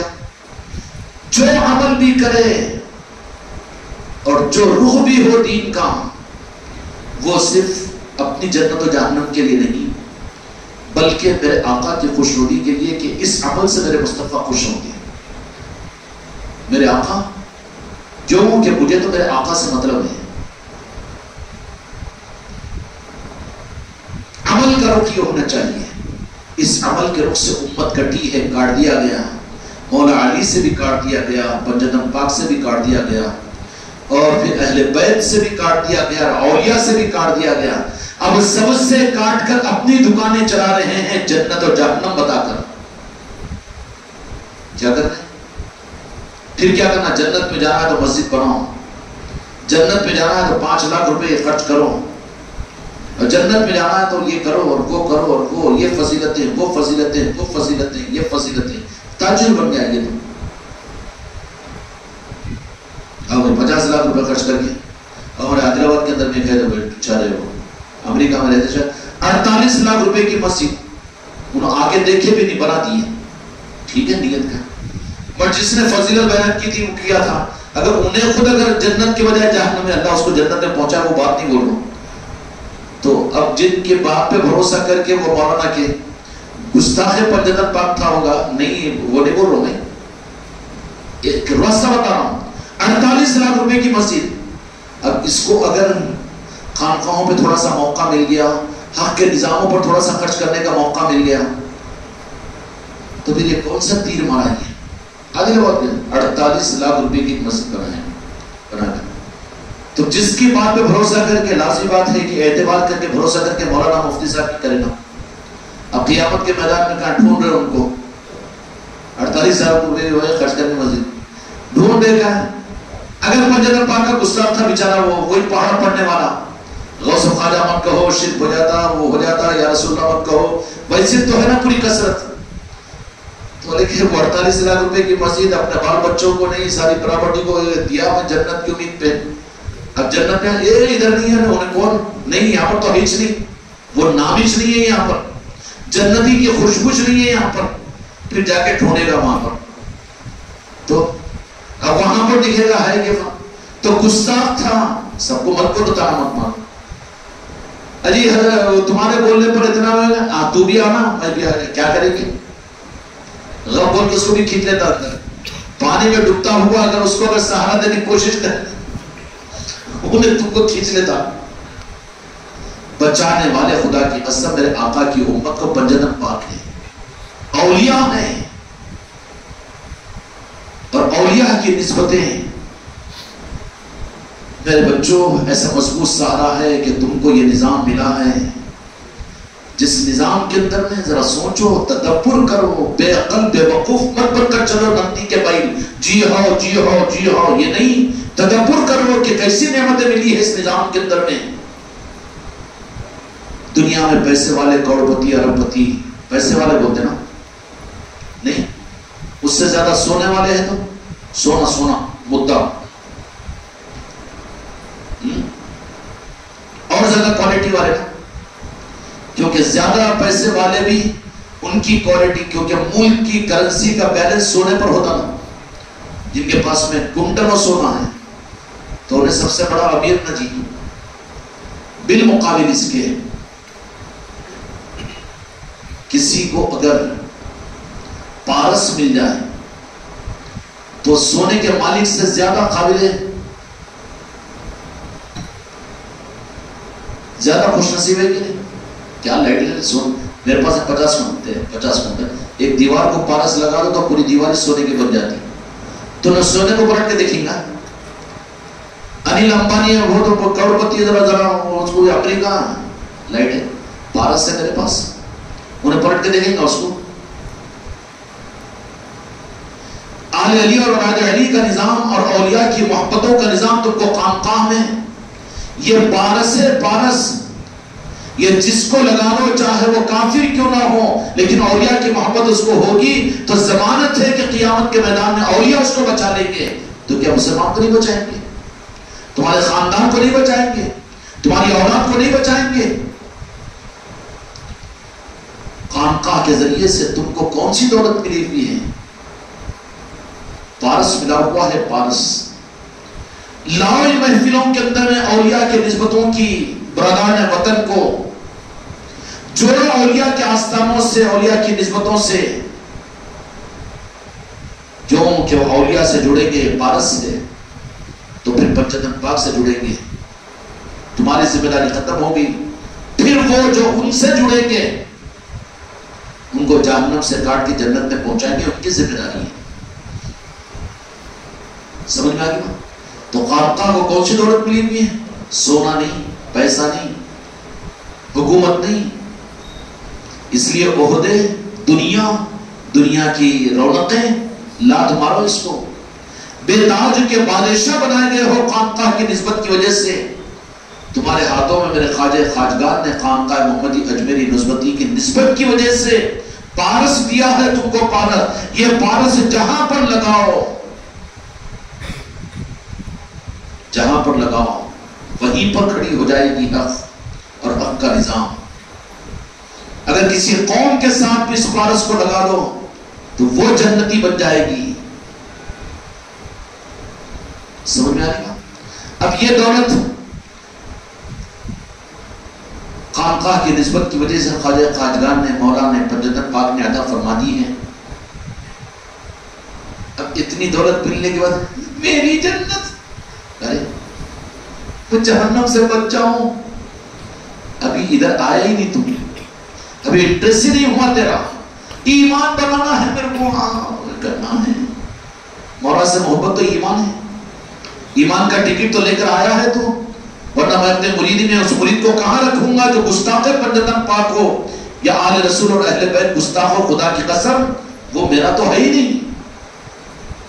میرا جو ہے یہ بہت اعلیٰ درجہ ہے عقیدے کا کہ نعرہ پاک مصطفیٰ تک ہر ایک کی رسائی نہیں ہو سکتی، لیکن یہ ضرور کہوں گا کہ ایمان کا ٹکٹ تو مولا علی کی چوکھٹ سے دلانے کے لیے میں ہر مرید کو تیار کر رہا ہوں۔ علی علی کہنے پر تو آگے ہیں بچے، بیعت تو نہیں ہو رہا ہے کہ علی تو منافق اور ایمان میں پہچان کی علامت ہے کہ جن کے سامنے تمہارا نام لیا جائے علی، اگر ان کے چہرے پر تراوٹ محسوس ہو تو ایمان کی علامت ہے، ایمان کی پہچان ہے۔ یہ تو مل گیا نا خانقاہ محمدی والوں کو، الرجی تو نہیں ہوتا نا، جا کے یہ کونے میں پھر ان سے تو نہیں پوچھتا نا بازو والوں سے کہ علی علی کہنا کہ نہیں حضرت مولانا، نہیں پوچھتا نا انہیں، بنداز کہے گا یا علی مولا علی، کہے گا کہ نہیں کہے گا؟ یہ کہنا یہ ایمان کا سرٹیفکیٹ ہے، ایمان کا ٹکٹ ہے۔ اب ایمان کا ٹکٹ حاصل ہو چکا ہے، چوکھٹ پر تو آ چکا ہے، اب جنت تیرا انتظار کرے گی، جنت تجھے چاہے گی، کس کو چاہے گی؟ جو پنجتن پاک کو چاہے گا، جو اہل بیت کو چاہے گا، جو اولیاء کو چاہے گا۔ تجھے اب جنت کی فکر کی ضرورت نہیں، جنت تیری فکر کرے گی۔ پھر جہنم میں جاؤں گی، جہنم میں جہنم خود تیرے کو ڈھکل دیتی، ابو داؤد شریف کی روایت ہے غالباً، جسے میرے آقا نے ارشاد فرمایا کہ میری امت کے بعض اولیاء اللہ تعالیٰ کہے گا کہ جائیے نا، نہیں، میرے محسنین دنیا میں میری حیات میں میں جا رہا تھا تو مجھے سہارا دیا تھا، میں جا رہا تھا تو مجھے پانی پلایا تھا، جا رہا تھا تو مسافہ کر کے محبت سے عقیدت میں دست بوسی کی تھی. میں مثال دے رہا ہوں، کچھ نہ کچھ عقیدت کا اظہار کیا تھا. تو ایسے لوگ ابھی جنت میں داخل نہیں، جہنم میں ہیں، جب تک یا اللہ ہم احسان فراموش نہیں ہے. احسان فراموشی تو کہیں اور رہتی ہے بدعقیدوں کے پاس میں. کام نکلنے تک 50 لاکھ روپے کا رسید بننے تک تو سب سے پہلے اچھل کے سلام، اس کے بعد میں تو کرے گا اللہ کو راضی کرنے کا. ارے اللہ کو کہاں تیرے کو دیکھ کے دیا نا، گیا بیٹا وہاں پر، کام نکل گیا وہ پلٹا لے دینا. نہیں، یہ اولیاء اگر سے کہ راستہ چلتے ہوئے کسی نے کوئی ان پر احسان کیا ہوگا تو وہ اولیاء کہیں گے. ابو داؤد شریف کی روایت ہے یہ. اچھا ہم لوگ کا سنا دیں گے، سب چھپا دینا، کیوں دکان بند ہوتے بول کے یہ بتاؤ امت کو، چھپا دے نہیں قاسم صاحب، یہ تو زبان پہ بھی نہیں آتی حرف غلط کی طرح. ہاں وہ بتائیں گے اللہ کے راستے میں اتنا خرچ کرو. کون سا راستہ ہے بابا؟ یہ اللہ کا، جنت کے راستے میں. تو پھر تیری بھی ایک رسید بھی نہیں ہے اس کے تحت تجھے جنت میں، وہ جہنم میں جاتا کہ تو خود جہنم میں جانے کے لیے اپنی رسید نہیں پھٹا رہا، تو پھر تیری کیا گارنٹی کہ تو جنت تک پہنچائے گا؟ لیکن اولیاء کے بارے میں میرے آقا نے فرما دیا کہ صرف ان کا مرید یا ان کا عقیدت مند یا ان کے چاہنے والا، ان کے نسبتوں کی مجلسوں کو اپنے گھروں میں کرانے والا، ان کی نسبتوں پر اپنی زندگی کے شب و روز کو استعمال کرنے والا نہیں، بلکہ راستہ چلتے چلتے محمد السلام علیکم السلام خیریت سے. اچھا ہے بیٹا، ٹھیک ہے. اچھا اولیاء یا اولیاء کے چاہنے والے دیکھو بیٹا، اگر سچا چاہنے والا ہے نا تو اگر خالی سلام بھی کرو نا تو کون ہے بدعقیدہ بھابی ایسا نہیں بولے گا انہیں اچھا بیٹا وعلیکم السلام ماشاءاللہ. جو یوں کہنا کون تھو بس وہ کوا ہے، وہ نہیں ہے اس کو پنجتن پاک کی نسبت نہیں ہے. غوث و خواجہ کا صحیح غلام دکاندار ہے، وہ دکان چلانے والا ہے. وہ ایسے بھی ہوں گے نا جی، جو دینے والا لینے والا انہیں کو پہچانتے ہو، اور اس میں بھی تقسیم کیے ہوئے ہیں اپنا مسلک، اپنی جماعت. اور پھر ایسے لوگ دکانداریاں ہیں یہ سب. جو سچے اولیاء کے چاہنے والے ہوں گے، کوئی بھی اگر انجانے میں بھی آدمی بالکل اننون پرسن نہ اچھا ٹھیک ہے نا کہاں رہتا ہوں، ہاں ٹھیک ہے اچھا ہے، کچھ تو بھی ایک بول دیتے اس کو اٹکانے کے لیے، دیکھ ماں کی فرمرداری کر تو، وہ ایک چابی رہتی اس کو قیامت میں پہچاننے کی. اس کو بول دیتے اچھا حلال کمانا بیٹا دیکھ، نظروں کی حفاظت کرنا بیٹا دیکھ، بزرگوں کا ادب کرنا. کچھ تو بھی چابی دے دیتے اس کو، چابی دے دیتے اس کو. اب کیا ہوتا ہے کہ وہ وہاں پہنچے گا تو جنت پہ نظر ڈالے گا. ان کا تو گھر ہے، زندگی میں اللہ تعالیٰ کو پہنچاتا لاتا رہتا، تو وہ جنت کی طرف ان کے در میں رہتی گی. نادیدہ دیکھ کے اچکتا نا جی اچھی نعمتوں کو، جو کھا کھا کے پیٹ بھر گیا اس کو، تو جنت میں ان کو زندگی میں اللہ تعالیٰ لاتے لے جاتے رہتا، ان کا دل بھرا ہوا رہتا. جنت جنت ہو تو منہ میں پانی نہیں آتا اس کے.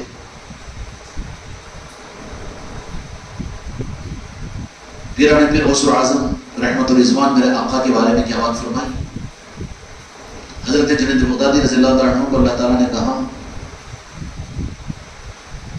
کیفیت الہام کے اندر میں کہ وہ 5ویں صدی کے اندر میں ایسے آئیں گے کہ ان کا قدم ہر ولی کی گردن پر ہوگا، جو اپنی گردنوں پر آپ کے قدم کو قبول کرے گا اسی کی ولایت باقی رہے گی. تو سرکار جنید بغدادی رضی اللہ تعالیٰ نے فرمایا کہ یا اللہ ان کو میں دیکھنا چاہتا ہوں. تو کہا کہ کہاں دیکھیں گے؟ معرفت کے خاص لہروں کے اندر میں وہ اس وقت میں غوطے لگا رہے ہیں. اولیاء جنتی ہے، جنتیوں میں رہتے ہیں. وہ جنت کے چاہنے والے اولیاء نہیں ہوتے، جنت ان کو چاہنے والی ہوتی ہے. اولیاء کی پہچان وہاں پر ہے، ابھی پیدا نہیں ہوئے وہیں چلتے ہوں. تو پھر ابو داؤد شریف کی روایت کا مفہوم کے اندر میں کر رہا ہوں کہ جنت میں جا کے دیکھ لیں پورا پہچانیں گے مریداں تو زیادہ سمجھیں گے، لیکن وہ ساری لسٹ آ جائے گی جو عصمت اور عقیدت کے ساتھ میں ایک ہوتا اور ملا تھا، کچھ کیا تھا، پانی پلایا تھا، کچھ تو پلانے کھلانے کی بات نہیں بول رہا ہوں، سمجھنے کے لیے بول رہا ہوں، محبت کی نگاہ سے دیکھا تھا، زیارت ہی کی تھی عصمت اور عقیدت کے ساتھ میں، تو پھر بولے نہیں ابھی کچھ کم ہے جہنم میں، وہاں ہوں گے یہاں نہیں ہے تو وہیں چل دینا، یہ اولیاء جائیں گے یا اللہ اس وقت تک ہم جنت میں نہیں جائیں گے جب تک کہ دنیا میں ہم سے ایک لمحہ بھی ایک نظر بھی ہم سے محبت کا دیکھنے والا وہ جہنم میں رہے ہم جنت میں جائیں نہیں، ان کو بھی پہلے ڈرائیں گے اس کے بعد جائیں گے، ابھی جا رہے گی جنت میں ہونا کی جنت، پھر یہاں سوتے رہے تو جنت میں جاتے گی، غلطی سے بھی جہنم میں ڈھکل دیتے، ارے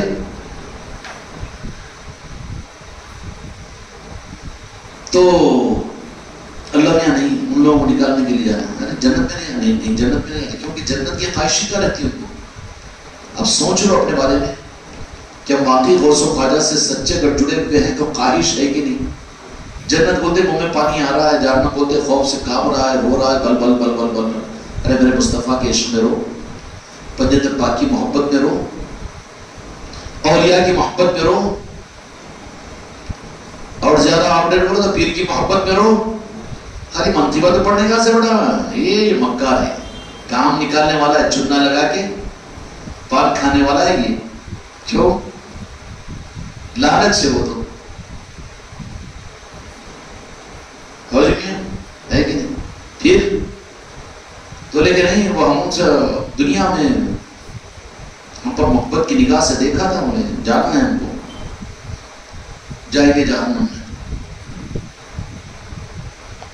اولیاء بھی جہنم میں جائیں گے، مگر جہنم بولیں گی بتا دے گی کون جاتے ہیں، حضرت حضرت حضرت رستے سے جا رہے تھے، آپ کی گاڑی رکی تھی، آپ گھوڑے پر تھے اور میں خالی آپ کو دیکھ کے آپ کے پاس میں گیا خدمت مسلم، ہاں چل یہ نکال وہ نکال اور آگے بڑھیں گے، جہنم بول دے گی کہ تمہارے چاہنے والے سارے نکل گئے، اب زیادہ تم آگے نہ کو بڑھو نہیں تو میں ٹھنڈی ہو جاتی، یا اللہ تیرے اس بندے کو تیرے اس ولی کو کون ہوتے تھے اولیاء؟ جہنم سے بچانے والے ہوتے۔ اچھا جہنم میں ڈالا کون؟ اللہ نے، اللہ ڈالا نا نافرمانی پر جہنم میں، گستاخی اور بے ادبی پر، جہنم میں جائے گا بے ادب اور گستاخ، پنجتن پاک کا گستاخ، اولیاء کا گستاخی جہنم میں جائے گا، سمجھ آئی بات؟ تو جہنم اللہ تعالیٰ سے کہے گی کہ میں ٹھنڈی ہو رہی ہے تو نے مجھے دہکایا بہکایا، لیکن کیوں ٹھنڈی ہو رہی ہے؟ ان کو نکال بولے، یہ چونکہ ان کی نسبت نارین پاک مصطفیٰ سے جڑی ہوئی، ان کے قلب میں میرے مصطفیٰ کی محبت ہے۔ تو پرسوں سنے نا آپ واقعہ کہ روٹی سیکے نہیں جا رہی تھی، تو اس لیے کہ ام المؤمنین عائشہ صدیقہ رضی اللہ عنہا نے فرمایا کہ یا رسول اللہ آپ کا دست مبارک اس کپڑے کو لگا، وہ کپڑا اس روٹی کو لگا ہوا ہے، تو جب تک وہ سیکی نہیں جائے گی، آگ چھیگی نہیں، اس کو اثر ہی نہیں کرے گی۔ تو اولیاء کون ہوتے ہیں؟ اچھے بیانہ کرنے والے، اچھل اچھل کے بڑے صافے بن کے انگوٹیاں چار چار چھٹ چھے پہن لے کے وہ کرنے والے، نیبو اور پانی کا نظام چلانے والے اولیاء۔ اولیاء کی پہچان یہ ہے کہ میرے آقا کی نسبت اور میرے آقا کی محبت میں سرشار ہوتے ہیں، وہ بولتے ہیں تو وہی، سنتے ہیں تو وہی، دیکھتے ہیں تو وہی، سوچتے ہیں تو وہی، ان کو دیکھ کر بھی عشق رسول یاد آتا ہے، ان کے قلب میں صرف میرے مصطفیٰ رہتے ہیں۔ جلدی نکالو نہیں تو پھر میں ٹھنڈی ہو جائے گی پوری جہنم، تیری جہنم تیری ٹھنڈی ہو جائے گی، تو پھر جلدی نکالنا ہے تو جو ہے نا ان کو جلدی جلدی ان کے پاس میں بھیج دو، ایسے ویسوں کو سبسڈی میں پورے یہاں سے وہاں تک معاف، لون معاف بول کے آ جاتا، دیکھو کلیئرنس، تو کام آ جائے گی اولیاء کی نسبت۔ اس لیے جو بیچارے دور ہیں ان کے پیروں پر ہاتھ رکھو، نہ زندگی میں کبھی نہ کبھی کسی اولیاء کے آستانے پر لے جاؤ ان کو، اور کہیں مل جائے حیات پر زندہ اولیاء تو کروا دو ان سے مسافہ، جوڑ لو ان کو خانقاہوں کے اندر میں، لا لو ان کو خانقاہوں کے اندر میں، لے کے چلے جاؤ ان کو بزرگوں کے آستانوں پر، ان کے لیے اس وقت میں کام آئے گا جب کہ کوئی چیز کام نہیں آئے گی۔ جہنم کہے گی ورنہ میں ٹھنڈی ہو جاتی ہوں، نکال لے اللہ تعالیٰ کو۔ جہنم ڈھکل رہی ہے اولیاء کو، جنت بلا رہی ہے، وہ ہوتے ہیں اولیاء۔ اب دنیا میں یہ جنت میں گھسنے کی چکر میں ہے، جہنم سے بھاگ نہیں، تو یہ اولیاء والا تھوڑی ہے، یہ کوڑیا والا ہے۔ کدھر کا کینڈیڈیٹ ہے؟ ابھی جہنم کا خوف، ابھی جنت کا شوق کیا ہے؟ کافر بھی نہیں، مشرک بھی نہیں، مسلمان ہے، مومن نہیں۔ مومن بنے گا، مومن بننا ہے تو مولا علی کی چوکھٹ پہ جانا پڑے گا، ایمان وہاں ملے گا۔ اب اس کے بعد وہ مومن بننے کے بعد جنت میں جانا ہے، تو مومن بن کر بھی جنت میں نہیں جا سکتا جب تک کہ جنت کے مالکوں کی محبت اور ان کی نسبت قائم نہ کر لے پنجتن پاک کی۔ جنت کے دروازے بند رہیں گے اس کو۔ اب پھر پنجتن پاک کی تو آل بیت اور آل رسول اور اولیاء، اب قیامت تک جو اولیاء کا نظام چلتا رہے گا، یہ اصل میں جنت کا دروازہ ہے، جنت کا ٹکٹ ہے۔ اور جن کے پاس میں جنت کا ٹکٹ نہیں، ان کے لیے جہنم کے دروازے کھلے ہوئے ہیں، تو لے جائیں گے جہنم میں پھر۔ اور جو اولیاء سے کاٹے، حقیقت میں جو پنجتن پاک سے کاٹے نا، وہ جنت پہ لے آنے والے نہیں، یہ جنت بول بول کے بیٹے جہنم میں ڈھکلنے والے ہیں۔ جتنا اچھا، اس لیے جنت ان کے زبانوں پہ زیادہ آتی۔ اب یہ 10 دن میں رہے، کبھی تو جنت کی لالچ دی کہ تم کو نکو کی جنت۔ ارے بابا، مالکوں کے بن کے رہے تو ملک تو ہوگی نا، وہ کیسے جنت سے محروم کریں گے؟ جو ملنے ہی والی چیز ہے، نہ چاہ کر بھی تو ملے گی نا، وہ تو ہے سیٹسفائیڈ ہے۔ جنت کے مالک تو پنجتن پاک ہیں، ان کے بن کر رہے، اہل بیت کے غوث و خواجہ کے بن کر رہے۔ پھر وارثی اگر بن گیا تیرے کو تو پھر ڈبل سے اپنے گھر کی رجسٹری اپنے نام پہ کرانا پڑتا ہے کہ وارثی تو ہے اور تیرے چکر پڑا ہوا ہے۔ قبضے دار ہے بیٹا تو پھر ڈر ہے، ذرا قبضے دار نہیں ہے نا، وارثی ہے، تو چکر میں پڑی مت، تیرا گھر چاہے تیری وراثت ہے، کہا جاتی ہوں۔ اگر تو غوث و خواجہ والا ہے، تو پنجتن پاک والا ہے، سید کائنات والا ہے، مولا حسن مولا حسین والا ہے، مولا علی والا ہے، تو جنت تو ہے ہی تیری۔ پھر جنت کا چکر کیوں رے بابا تجھے؟ پھر جنت کا شوق کئی کو تیرے لیے؟ شوق بھی چھوڑ، خوف بھی چھوڑ، بن سپاہی، تو واقعتاً ان کا چاہنے والا ہے۔ نہیں تو زبردستی کے وسیبے سے وردی منگ کے لے کے اب میں بھی ایسا ہی ہوں بولو تو تیرے چلنے کے اوپر ہی دوسرا ڈپارٹمنٹ والا پہچان لیتا، بیٹا یہ منگ کے لا کے پہنا سوئی ہے، اس کے چلنے کا اسٹائل ویسا ہے، وہی کھٹ بول کے دیتا پیچھے سے، بے ایسا کیا رہے تو کس کا منگ کے لا کے پہن دیا؟ جب تک ہم بھی اولیاء کے مانے، ہاں بیٹا پھر جنت کے واسطے نا، جہنم کے خوف، ارے یہ سب چھوڑ کر تو کہے گا پنجتن پاک، غوث و خواجہ، تو پھر یہ اس بات کی پہچان ہوگی کہ تو سپاہی بنے گا،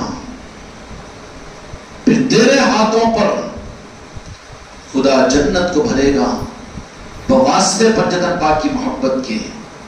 جو بات میں نے عرض کر دی میرے بچوں، یاد رکھ لینا، ایمان ملے گا مولا علی کی چوکھٹ سے، جنت ملے گی پنجتن پاک کی ذریعے سے، اور جن کو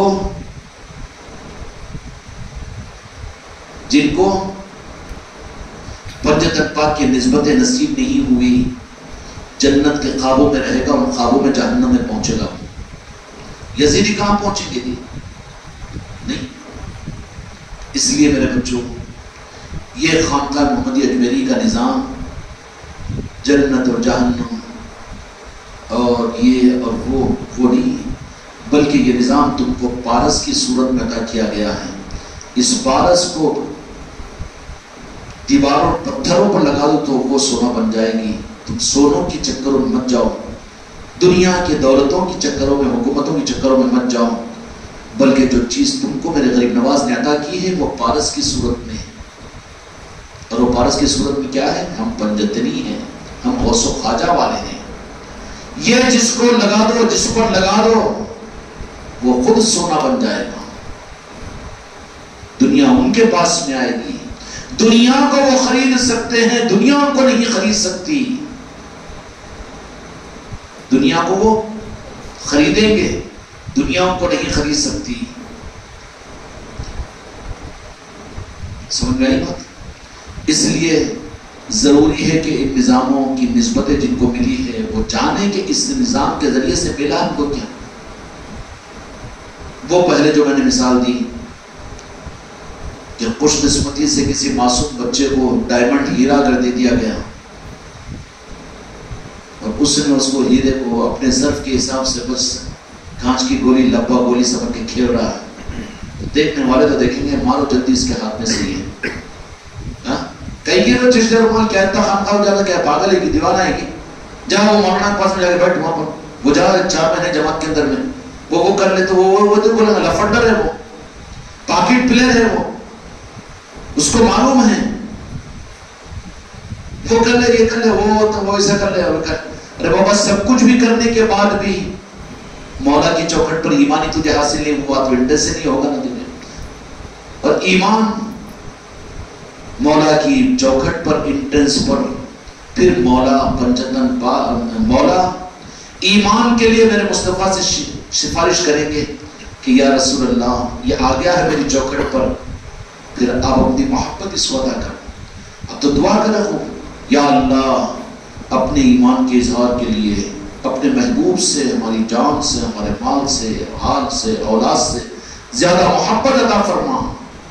بہت اچھی دعا ہے لیکن ثبوت بھی تو دیکھو بھی لمحے لمحے میرے مصطفیٰ یاد رہیں، کربٹوں کے اندر میرے آقا کی یاد ہو، کبھی ان کی محبتوں میں ہنسنا ہو تو کبھی میرے محبوب کی محبت میں رونا ہو، کبھی اپنوں میں میرے آقا کا تذکرہ ہو، دیوانگی کا اظہار ہو، بیگم بھی سمجھ لے کہ میرے مدینے والوں کا چاہنے والا ہے، اولاد بھی اندازہ لگا لے کہ نہیں ان کو تو ان کے دل میں اولاد سے زیادہ میرے مصطفیٰ کی محبت ہے.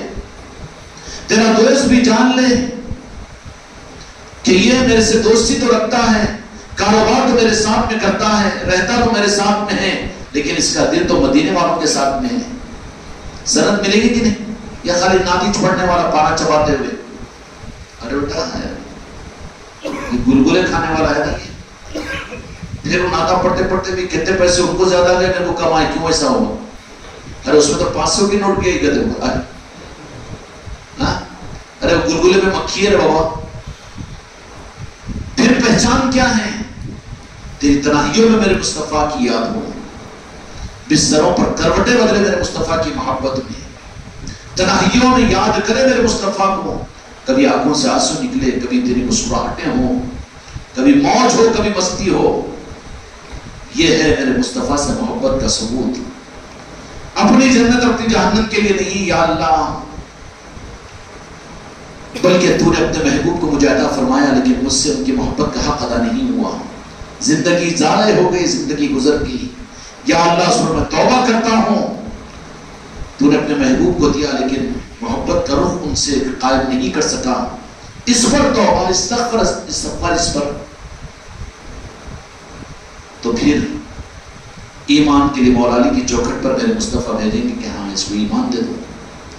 ایمان عطا کیا جائے گا تو پھر ان کو جو ایمان والے ہیں ان کی پہچان کیا ہوگی کہ وہ پنجتنی ہوں گے. ایمان والے ہی جنت میں جائیں گے. اور بتا دوں اور حقیقت بم بلاس کر دوں، اللہ تبارک و تعالیٰ نے جتنے احکامات قرآن مجید کے اندر میں دیے ہیں ایمان والوں پر فرض کیے، مسلمانوں پر نہیں. نماز فرضی نہیں ہے اگر اس کو میرے مصطفیٰ کا عشق نہیں ملا تو. روزے اس پر فرضی نہیں ہے کیونکہ وہ ایمانی نہیں ہے اس کے اندر میرے محبوب کی محبت کا، تو روزے فرضی نہیں ہے اس پر. زکوٰۃ فرضی نہیں ہے، اللہ کے احکامات ہے نہیں اس کو. ہر جگہ یا ایھا الذین آمنوا فرمایا کہ اے ایمان والو. ایمان والا کون ہے؟ جو میرے محبوب کو، میرے آقا کو اپنی جان، اپنے مال اور اپنی سانسوں میں بسایا ہوا ہو، وہ ایمان والا ہے. اس پہ تو فرضی نہیں ہے، جس پر فرض نہیں ہے تو جو چیز حاصل کرنا اس طرف اس کا دھیان ہی نہیں ہے تو اللہ تو بولے گا کہ تو ایمان والا نہیں بنا، تیرے پر فرض کیا کیا تھا میں. اور جب فرض نہیں کیا تھا، فرض ہی نہیں تھا تیرے پر تو فرض تھا اپنے ایمان کو، میرے محبوب کی محبت کو لینا. اس کو چھوڑ دے کہ تو اپنی چکر میں دوسری طرف میں گیا تو گمراہ تھا، تو اس کے اوپر خدا جزائی کہاں دے گا؟ اللہ نے جتنے احکامات دیے وہ ایمان والوں کے لیے دیے، اور ایمان اپنی جان و مال، اپنی آل اولاد سے زیادہ میرے مصطفیٰ سے محبت کرنے والے کی دلیل ہے کہ وہ ایمان والا ہے۔ ایمان والوں پر فرض ہے، دھام دھڑا سے خوب نمازیں، خوب وہاں فرض نہیں ہے تمہارے اوپر۔ فرض کیا ہے؟ یہ سب قرض ہو رہی ہے تمہارے اوپر، فرض یہ ہے کہ میرے محبوب سے ٹوٹ کر محبت کرو۔ بیگم فرض نہیں ہے، فرض یہ ہے کہ سب سے پہلے میرے مصطفیٰ سے اپنی جان، اپنی آل اولاد سے زیادہ محبت کرو تم، تب تم ایمان والے جب ہوں گے اس وقت میں فرض ہوگی۔ فرض تو ادا ہو رہی ہے لیکن جو ہے کوئی نہیں ہے۔ کہ تمہیں کوئی تو بھی آیت یا ایھا المسلمون بول کے، ہاں، بلکہ اللہ تعالیٰ نے تو کہا ادخلوا فی السلم کافہ، پورے اسلام میں داخل۔ کیا کرو؟ پورے اسلام میں داخل۔ مسلمانوں کے لیے نہیں ہے، اس لیے گل بن رہی ہے دین کی، دینداروں کی، کہ دینداروں کو دیکھ کر دین سے لوگ دور ہو رہے ہیں، نمازیوں کو دیکھ کر لوگ نماز سے بزدل ہو رہے ہیں۔ جتنا بڑا اپنے آپ کو دیندار بولنے والا نا، اس کی وجہ سے اتنا لوگ خوف کھا رہے ہیں کہ مسجدوں میں نمازیں ہیں، باہر جا کے رشوت ہے، مسجدوں میں بیانات ہے، لوگوں کی بہن بیٹیوں کو دیکھ رہا ہے، غریب اور یتیم و یسیروں کا حق مار رہا ہے، اور پھر جتنی گیملنگ، کیوں؟ اس کی وجہ کیا ہے؟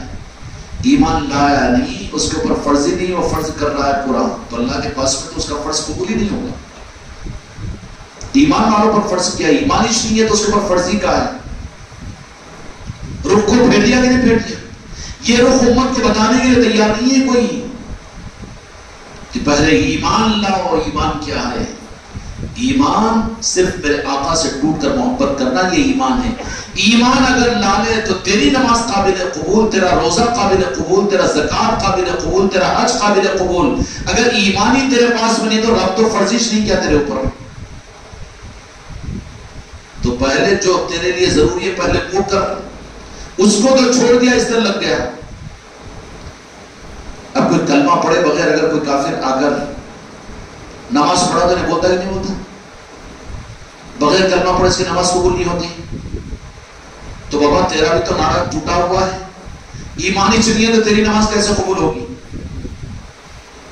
ایمان چنیے تو تیرے روزے کیسے قبول ہوں گے؟ پہلے تو شرط ایمان ہے، اور ایمان صرف میرے آقا سے ٹوٹ کر محبت کرنا ہے، اور وہ ایمان جو ملے گا وہ مولا کی بارگاہ میں، مولا کی چوکھٹ پر ملے گا۔ میرے مصطفیٰ اپنے محبت خدا کی قسم مولا علی کی چوکھٹ سے ملے گی، وہاں سے ایمان لے پھر عمل کر، اس کے بغیر تو پھر عمل تیرا ضائع ہو جائے گا۔ اس لیے میرے آقا نے فرما دیا کہ کیا فرمایا؟ کیا فرما دیا؟ احادیث میں سنے ہوں گے نا آپ لوگ کہ بعض نمازی وہ ہے جو نماز پڑھتے ہیں لیکن ان کی نماز ان کے سروں کے اوپر نہیں جاتی۔ ایک زمانہ وہ آئے گا کہ نمازیوں سے مسجدیں بھری بھی ہوگی، مسجدیں نمازیوں سے بھری بھی ہوگی، لیکن ایک کی نماز بھی ان کے سروں کے اوپر نہیں جا رہی ہوگی۔ عدل کی انصاف کی بات تو یہ ہے بیٹا کہ اللہ تبارک و تعالیٰ نماز فرض کیا، اور انہیں اللہ کا بندہ ہو کر میں مسلمان ہوں بول کے دکان بند کر رہا ہے، وہ کر رہا ہے، نیند میں سوٹ رہا ہے، جا کے نماز پڑھ رہا ہے۔ اور اللہ یہ بات فرمایا کہ اگر کوئی مزدور تمہارے پاس میں مزدوری کرے تو قانون یہ ہے کہ اس کا پسینہ سوکھنے سے پہلے مزدوری دو۔ بندوں کو تو یہ حکم دیا، پھر اللہ کیسا میاں؟ اللہ میاں ذرا بولو، بتاؤ۔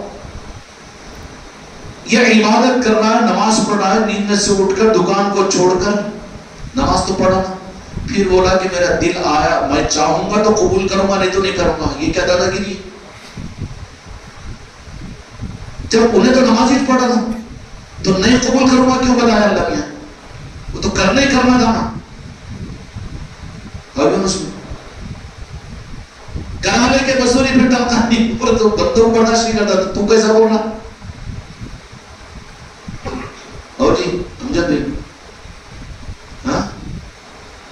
مزدوری کرانے کے بعد مزدوری کچھ بھی ہو مگر اگر بیچارے دکانہ چھوڑ کے کاروبار چھوڑ دے کے کتنے اہتمام سے نماز کو آ جاتے کرتے، تو پھر نماز اللہ نے بتانا کہ نہیں میں چاہوں گا تو قبول کروں گا، نہیں تو تمہاری نماز کو تمہارے منہ پہ مار دوں گا۔ ہاں کیوں ماروں؟ آخر وجہ کیا ہے؟ وجہ کا مطلب یہ ہے کہ یہی روح بتانا چاہ رہا ہے کہ تمہارے عبادات میرے پاس میں قبول ہو، اس کے لیے صرف کرنا شرط نہیں ہے، بلکہ میری شرط کو معلوم کرو۔ وہ شرط یہ ہے کہ وہ میرے محبوب کی محبت کی وجہ سے ہو اور وہ پنجتن پاک کی نسبت کو لیے ہوئے ہو، تو پھر میں قبول کروں گا۔ اے نمازی تیری نماز صرف تیری نماز کی بنیاد پر میں قبول نہیں کروں گا، بلکہ میری شرط کو معلوم کر کے میں نہیں بھی قبول کر سکتا ہوں، تو دھوکے میں مت رہے کہ تو نماز پڑھ کے نماز میری قبول ہو جائے گی۔ میں نہیں بھی کر سکتا ہوں، کیوں کہ وہ معلوم کر کہ کس وجہ سے نہیں کرتا ہوں۔ جو گستاخ مصطفیٰ اس کی نماز قبول نہیں کرتا ہوں، جو گستاخ پنجتن پاک ہے اس کی عبادت میں قبول نہیں کرتا ہوں۔ قبول کرنا نہیں کرنا دو بھی چیزیں ہیں۔ پھر عدل کے نعوذ باللہ ایسی بات تو نہیں ہے کہ اللہ تبارک و تعالیٰ کہا اس کا کیا قصور ہے بیچارے کا، تو نماز پڑھا چلا پھر نہیں قبول کرتا ہوں تو پھر کیسا یہ زیادتی معلوم ہوگی نا، بڑھ گیا کہ اللہ میاں کی نہیں۔ یہ روح بتانا چاہ رہا ہے کیا روح کہ میرے قبول کرنے نہیں کرنے کی شرط یہ معلوم کر، تو نماز پڑھ لے جس کو تو نماز سمجھ رہا ہے، اس پر میں تجھے قبول نہیں کروں گا تیری نماز، بلکہ نماز کی قبولیت میرے مصطفیٰ کی محبت کو میں دیکھوں گا کہ میرے مصطفیٰ کی وجہ سے تو نے اگر نماز پڑھا تو وہ قبول کروں گا۔ کس کی وجہ سے؟ اس لیے کہ نماز میں تجھے نہیں دیا، تیرے اوپر فرض نہیں کیا، میں نے تو دلوایا ہوں تجھے میرے محبوب کے ذریعے سے۔ مجھے تیری نماز سے کیا مطلب ہے؟ تیری نماز کو میں کیوں قبول کروں گا جس کے ذریعے سے میں تجھے دلوایا ہوں میرے مصطفیٰ کو اگر تو اپنی نماز میں یاد نہ رکھے تو غرض کی بنیاد پر میری طرف میں آئے، میرے محبوب کو چھوڑ کر نکل یہاں سے، سمجھ میں؟ اس لیے قبول کرتا بھی ہے نہیں بھی کرتا ہے، نہیں جو کرتا ہے نسبت مصطفیٰ کے نہ ہونے کی وجہ سے۔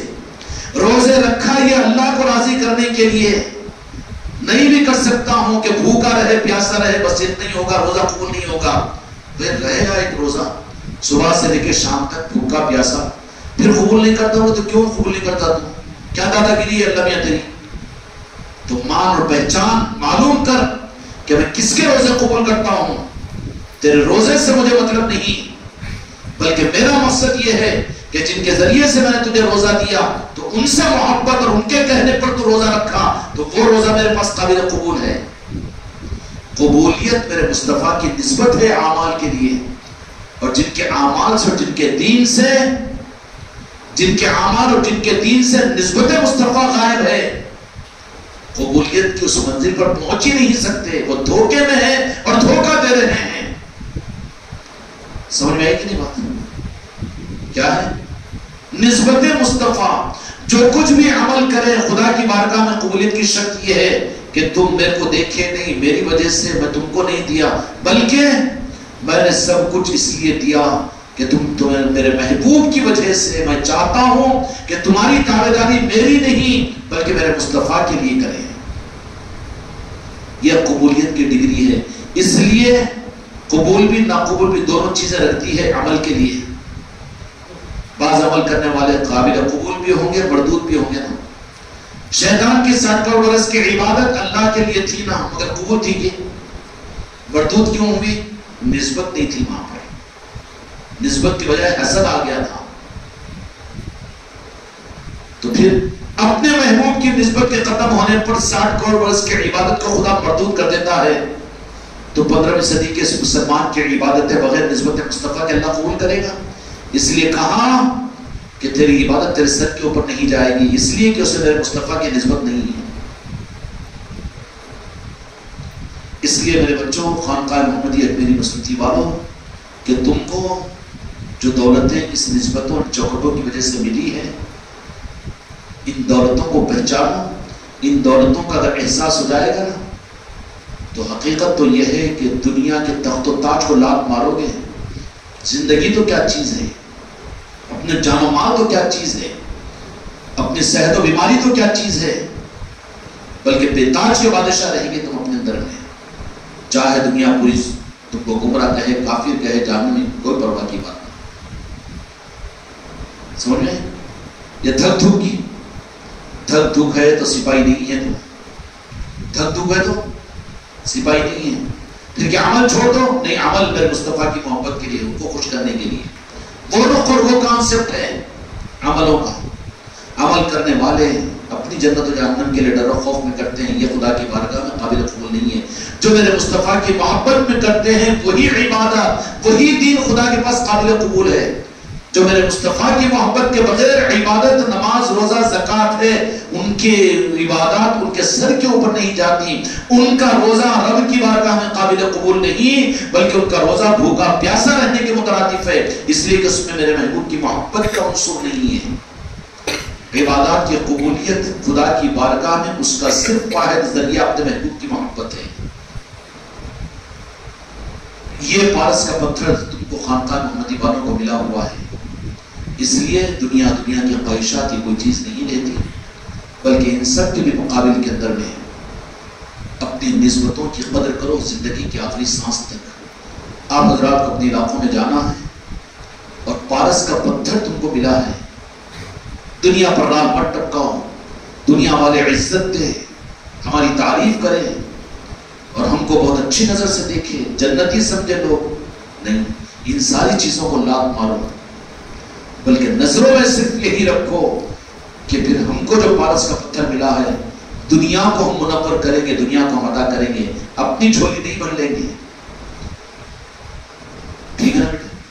اللہ تعالیٰ ان دولتوں کی حفاظت کی اور ان دولتوں کو دنیا میں تقسیم کرنے کی ہمیں توفیق عطا فرمائے. وحق لا الہ